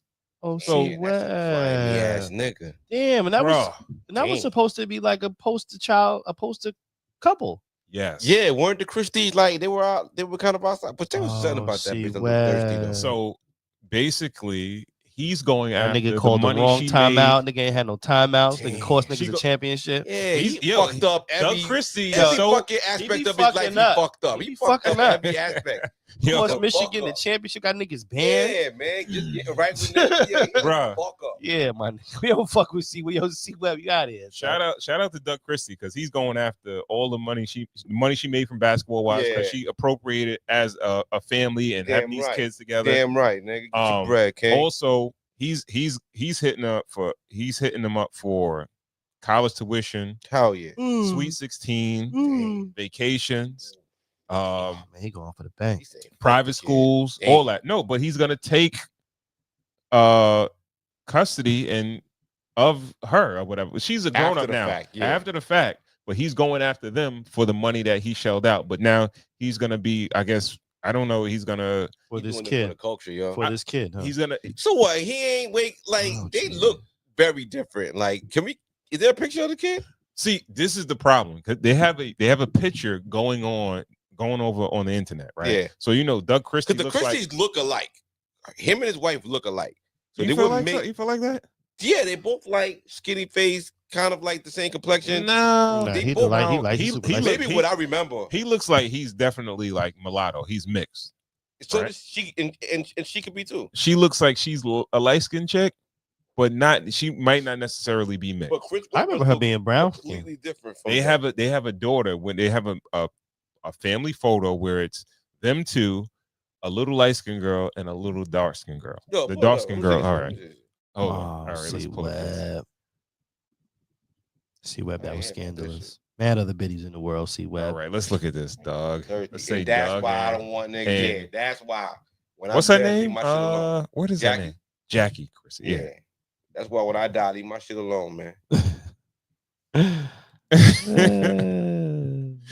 Yo, Webb. He fessed up to it. He said, "Yo." They were basically saying like the girl is like, "Yo, why does he always come to the events and he crying and stuff and being emotional? Yeah.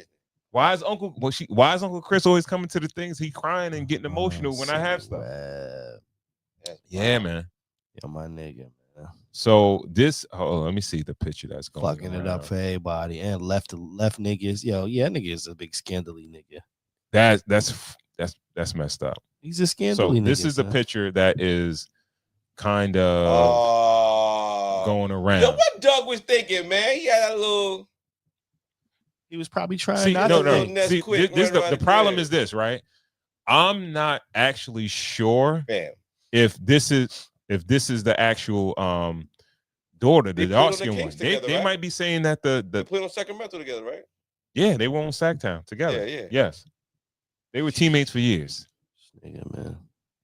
Yo, what kind of pop she gotta be, yo? So man. I don't know. It could have been a situation where She done nigga no bail, nigga. it could have been a situation where Webb was hitting it prior to, and he like, yo, I met such and such. I like her. Webb might have been like, yo, nigga, I smashed that. Yeah, you I was remember what smashing picture that. used to look like that? Where that picture took it? That picture. That looks like that's like check. 90. That's in the 90s, bro. Like 99. That's No. like 90, 96. That's early 90s, bro. Early 90s? I think that's early 90s. That picture looks old. Like the Look at them style looks curtains, old. Yeah, the curtains and everything. Yeah. But yo, you remember when she used to look like that? When sheets? No, everything. Oh, Life yeah, looked yeah, like yeah. that. Yeah. That's a good day. Yeah, man. Hold on. Let's see. Yeah. See Webby. Yo, dog. scandally. The little girl look like Chris Webber. Yo, you just made the picture bigger. That's wild. That's what I'm saying. They both look alike. Doug Christie and his wife, they both got the little slender faces and everything. Chris Webber got a full face. Like, look at that little girl. Like, there's no way you thought that kid was yours. Cool. You gotta see this. What were they doing? Like, what this nigga was doing? Look how slender these people's face are. Well, why you shrink it? Hold on. Oh, I did? Yeah. I didn't mean to do that. My bad. This nigga Webb a foul nigga.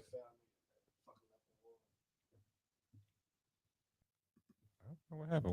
Why did Yeah, that's terrible, yo. This nigga Doug lying to himself, nigga. Yeah, This nigga lying in bed like, Yeah.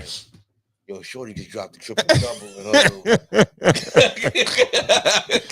Yeah, so he's trying to kind As of he should. he's trying to kind of spearhead a whole thing Yes, about yeah.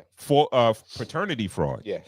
Because they knew, come to find out, they knew Webb and Jackie Christie knew for 20 years that wasn't his daughter. That's crazy. Yeah. That's a shame, yo. Yes. And now they're saying like there are morality clauses and things like that for her basketball wives contract. Absolutely. And she's losing money and losing. I mean, she's a basketball wife, just not his wife. No, she's still his wife. But no, but she's a basketball wife. She's somebody's basketball wife. See Webby.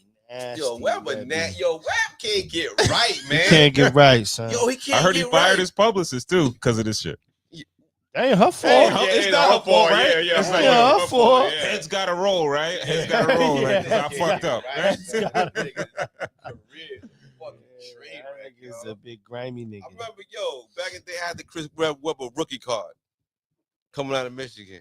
This nigga was ass in the league. I was like, what? This nigga ain't never gonna get right. You bugging. Well, nah, he wasn't ass. He had a That quick nigga was run. ass, He had a nigga. quick run. Chris Webber was quick ass, run. nigga. Nah, you gotta get. You can't. You Yo, can't front on this thing. Chris Webber or Elton Brand? Chris Webber. You fucking. Yo, bro. Chris Webber. Chris Chris Webber or on Golden or, State, on Washington, and on Sacktown. Yeah. Or Big Dog, Glenn Robinson. Chris Webber was a star in the league. He was a star. He was a nothing, bro. It was nothing. Like He didn't win nothing. He didn't win nothing. He was always the nigga that was the only time. That was the only time Sacramento was fucking relevant, bro. Fab Five. He was the star in the Fab But he Five. never won nothing. He cost them No. You know what I mean? It was always more steak. It was always more sizzle than steak. Give him credit. But what? Sacramento was not popping until it was him, Stojakovic, Bibby, White Chocolate. Christie was there. And Christie was there. And that team, yeah. When they went to the Western Conference Finals, I think they went to the Western Conference Finals and they lost to they lost to Los Lakers. Angeles. Yeah. Nigga, I take Cedric Ceballos over that nigga. I'm good. I mean, I just think, how you gonna be my man when you 20 on my wife? 20-year lie though to live. That's the problem about your man sliding in after. Yeah, they be Cause maybe you can't wait. Maybe I just got pneumonia or I just got the flu, and the nigga think I'm gonna die. And you in the skins. Yo, Doug That's Christie why. just seems like such a nice guy. It's always the nice guys. Yo, he seemed like such a nice guy. And nigga look like Ryan Leslie in that picture, nigga. And actually, what's crazy is that she said on the show that like wherever he went, she was a freak though. With him. Like she would talk about her sex life with him, right? She's the freak of the week. Yeah, she yo, pull up a little something on shorty. Little Jackie Christie freak. Explicit. She was the freak of the week. Oh man. Jackie, yeah, Christie. Hold on. What's the next word gonna be? Yeah, everybody watch it. Let's say sex life, because I think she talked about it on the show. What? She was a prostitute in 1987. What the fuck is that? Wait, it gets worse. Yo, you gotta be Chris kidding me, yo. All right, now we're gonna shift the blame. Hold on. Yeah, I look like that's the video I want to see right there. Yeah, you right there. Go ahead and click it, nigga. I want What? to see that right where you at. I want to see that. You want to see this? That's what the thumbnail sold me, nigga. Would you say cool? No, that video right there. Oh, hold on. I got you. Cool. What would you say? Oh, okay. He said she was a prostitute in 87. What the hell was that? I didn't. Let's see what. I'm sandwiched between the two generations. I'm helping to give caregiver responsibilities to my dad and then my son who's just out of college. So it's like, where can I put my money? Suspicious consulting fees, phantom reality TV contracts, and hidden payments through shell accounts. A criminal inquiry may be recommended, especially for the forged birth certificate. The court is considering allowing the trial to be televised. Meanwhile, as Doug prepared for a clean legal takedown, Jackie made another desperate move. She allegedly tried to reach out to Chantel, not to confess, but to silence her. Just 2 days after receiving a witness request from Doug's attorney, Jackie's assistant allegedly dropped off a sealed envelope at Chantel's apartment. Inside, $15,000 in cash and a handwritten note that said, "You don't have to get dragged into this. Let your parents handle it. I'll take care of you like I always have." Chantel didn't fall for it. She photographed everything and turned it over to Doug's legal team. Within hours, Jackie was hit with a cease and desist, and the court was informed. Jackie's response was a chaotic 2 a.m. Instagram Live, where she appeared distressed, spoke vaguely about loyalty, and abruptly ended the stream mid-sentence. Viewers immediately criticized her, accusing her of witness tampering in front of the whole world. Depositions then began, and the leaks were explosive. Doug's testimony was calm and controlled. He stated under oath, "I spent 20 years protecting Jackie's image. I now realize I was defending the lie, not the woman." He admitted to ignoring his instincts, choosing love over truth, and living with the emotional weight of deception. Jackie's deposition was chaotic. She contradicted previous statements, claimed she never meant to hurt Doug, but also admitted she suspected from year one that he might not be the father. One exchange stood out. Attorney, did you knowingly list Mr. Christie as the biological father on Chantel's birth certificate? Jack, I didn't list him. The nurse asked, and I said his name. Attorney, so you verbally confirmed paternity without a test? Jack, yes, but it was an emotional moment. I was stressed. The court showed no sympathy for her explanation. Then Chris Webber finally arrived. No security, no fanfare, just him walking into the deposition room with the weight of 2 decades on his shoulders. He admitted, I knew it was possible. Jackie told me she wasn't sure. I stayed silent to protect her and Doug. But silence can be just as harmful. That one sentence opened him up to full legal exposure. Doug's lawyer asked, to be clear, you knowingly let another man raise your daughter without ever telling him the truth? Chris paused, then said, yes, and I'll regret it for the rest of my life. That statement sealed it. Now the court had everything it needed. A falsified birth record, confirmed DNA match, a cover-up, a bribery attempt, and financial damage supported by contracts and receipts. Behind the scenes, Doug stayed reserved and calculated. He issued a single public message through his attorney. This isn't about revenge. It's about accountability. My life was shaped by a lie I didn't choose. The people who built that lie will face justice. Online, public support exploded. The hashtags #Justice for Doug and #paternity fraud laws now began trending. Advocates, influencers, and verified celebrities began weighing in. Doug Christie was being hailed as a man who took back his power without scandalizing himself in the process. Jackie's brand was bleeding out. Her real estate business dropped her. Her podcast was pulled. Even her old reality show syndication was paused for violating moral clauses. Chris was unraveling in private. A leaked text message reportedly sent by him to his PR team read, "This is spiraling. I never expected court. I just wanted it to stay buried." Chantel, meanwhile, was stepping into a new chapter. She filed legal paperwork to change her last name, citing emotional trauma and the need to reclaim her identity. A preview of an exclusive interview shows her saying, "This isn't just about who my father is. It's about living in truth, not a story my mother wrote." Her upcoming memoir is titled Built on Lies, My Life as Someone Else's Daughter. But it's not over yet. Jackie may still face criminal charges for attempted bribery. Chris may be named in a second civil case if Doug's attorneys divide the claims. Doug has also filed motions to convert the reimbursement requests into legally enforceable financial orders. And the judge is still weighing whether the trial will be televised in full. Network executives are watching. VH1 is reportedly debating whether to fully rebrand and distance itself from the Basketball Wives franchise. Doug has rejected every offer for interviews, reality TV deals, or documentaries. As he reportedly told his team, "I didn't ask for the spotlight, but now that it's on me, I'll use it to speak the truth, not to entertain." Jackie is now boxed in by the law, the media, and her own daughter. And as the courtroom filled for opening arguments, reporters swarmed the halls. Even former NBA players and old production staff showed up, not just to see a verdict, but to witness the collapse of a legacy. Doug sat silently, steady, ready. That's wild. Yeah. I didn't even know that was happening. Yo, bro, they must have. That's the crazy thing about it. They must have great publicists because that shit just popped up. But I think they've been going through that for a little while now. Want to know how to create awesome videos? Check out motionarray.com. You can do it too. Titles easy.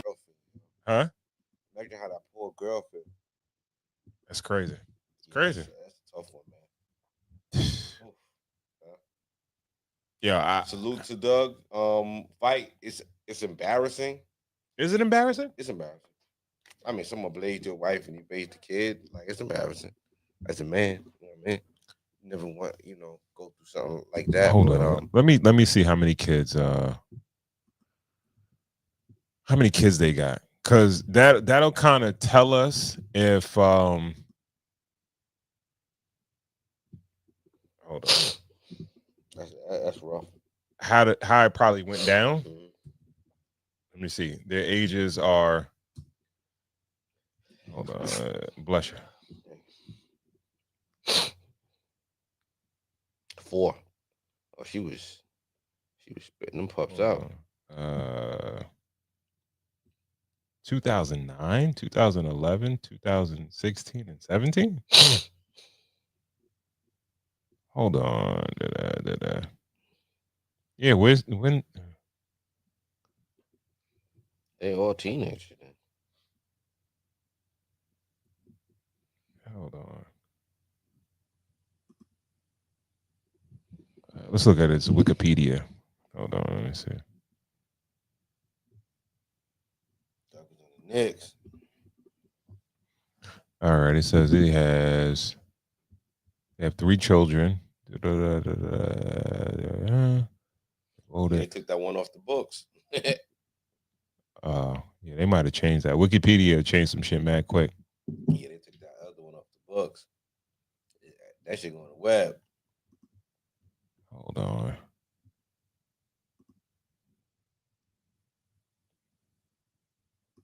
That's 2022. Hold on, let me see. They have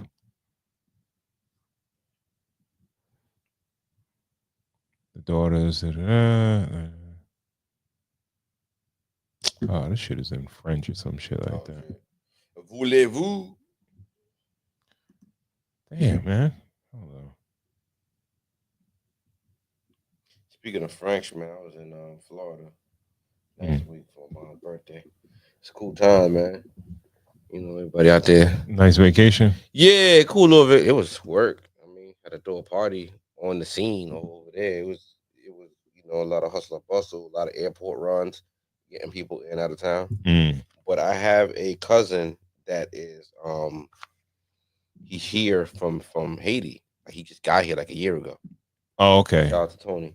And he is definitely afraid that ICE is coming for him. Really? Yeah, he's like a little nervous that, you know. I'm like, yo, take the train up to New York. I'll show you around and stuff like that. He ain't budging. He not moving around. He not, you know. You know, now Trump put this like travel list and everything like that with certain people from different nations and stuff like that. And yeah, so people are like real, you know, nervous about moving around the country, especially where you from and where your paperwork is from. I don't want to incriminate him on the show, but he just came. And No. He didn't come like that. His paperwork is good. Oh, okay. But it doesn't even matter because some people get hemmed up. Yeah, and it's like they actually figure it out later. And once you process, yeah. What I'm seeing, once you're processed and you sent off, like you just in the game. Yeah, it don't even matter. So they actually have radio commercials that are saying, if you're not documented or whatever, or you're not here rightfully, go and sign up for this, and then go, and then you can. Chances are you can come back legally. But I think that's a way to just fucking you got a better chance. You on a list at that point, huh? You got a better chance to offer them money. What do you mean? Yo, whatever it costs to detain them and to house them and to get rid of them, if you could cut the cost, if it cost them $7,000 to like move somebody, if you offer them that $5,000, who you gonna offer money to though? Whoever is gonna turn themselves in. So I don't gotta come look for you. Like you just come here, I put you on the plane, send you back home. You got $5 in your pocket. I save money. Oh, give them money to like turn yourself in. Yeah, okay. like the buy back the guns program. Yeah. You know I think that'll definitely work. That'll work. That'll work for sure. How you like this format? It's a little. I mean, Tyrone gonna have a hell of a time cutting this up. Yeah, he would. We'd have to start a little earlier to do this, though, right? Yeah, for sure. To get people to come in, stick around, and things like that. Well, this is interesting. We'll go in and out of this. Yeah. Shout out to Tyrone, man, working remote. You know what I mean? You're gonna have to. Good luck. Yeah. You know what I mean? We'll holler at you.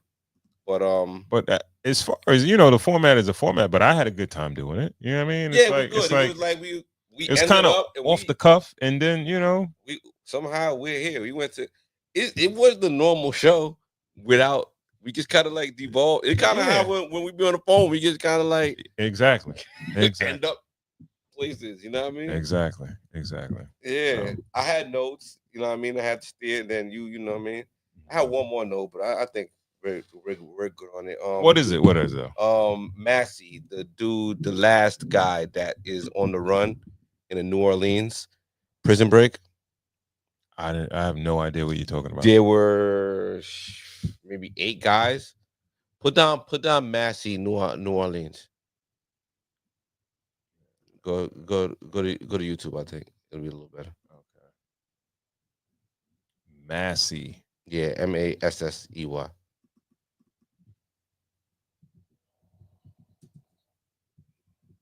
New Orleans.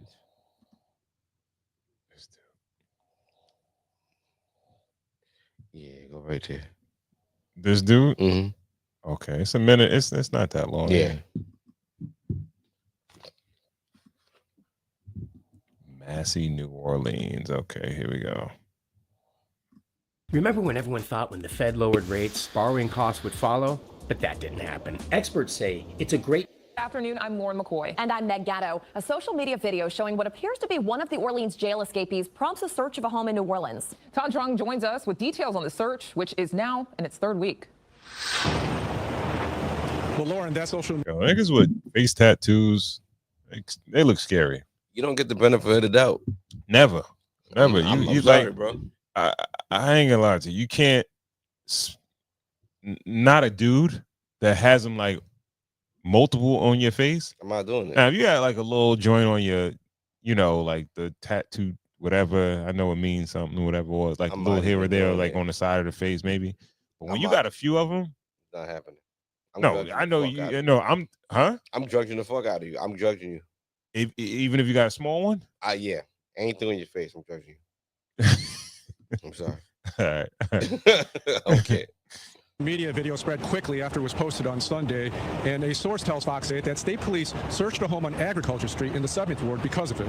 The source says officers got tips from relatives who recognized the backdrop in the social media video. According to the Associated Press, when investigators searched the home, they did not find Antoine Massey, but did find clothing they believed he was wearing in the video. You telling me this dude, he actually was able to escape from prison? Yeah. And then he got on social media? Go to New Orleans prison escape. Since you don't got the backstory. These dudes, it was like, I want to say 8 of them, and they escaped prison like 3 weeks ago, and he's the last guy. Okay. So this maybe this one? Nah, go down a little bit more.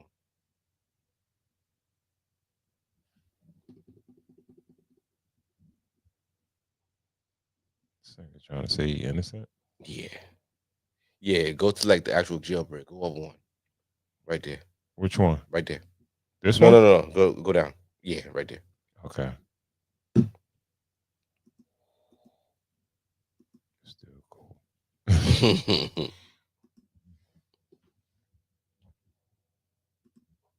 Right now, there's a massive manhunt underway as police search for 9 inmates who escaped from a jail in New Orleans.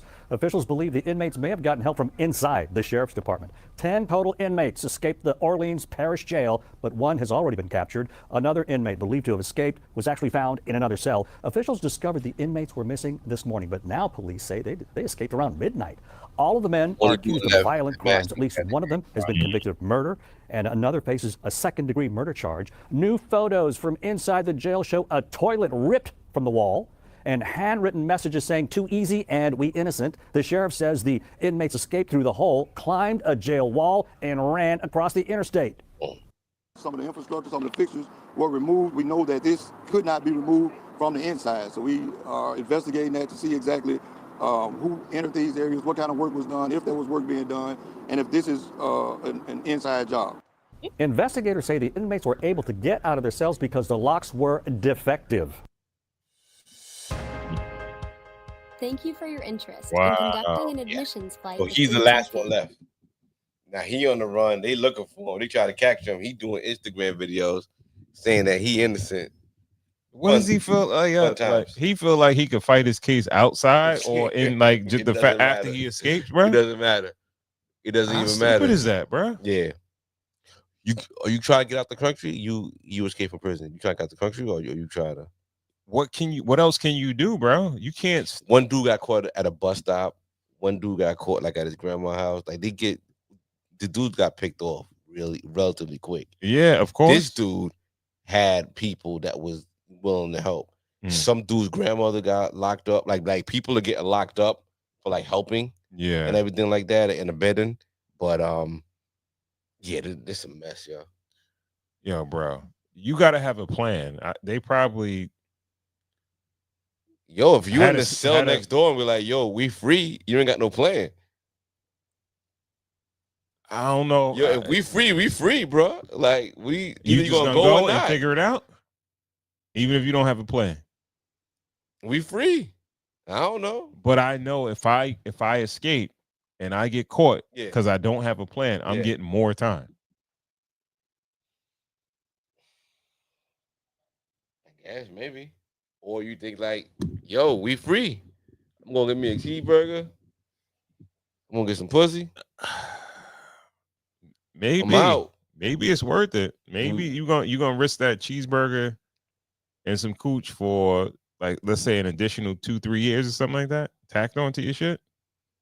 Like, bruh, It's not the same thing, but like, let's, when the slaves escaped, did they have a plan?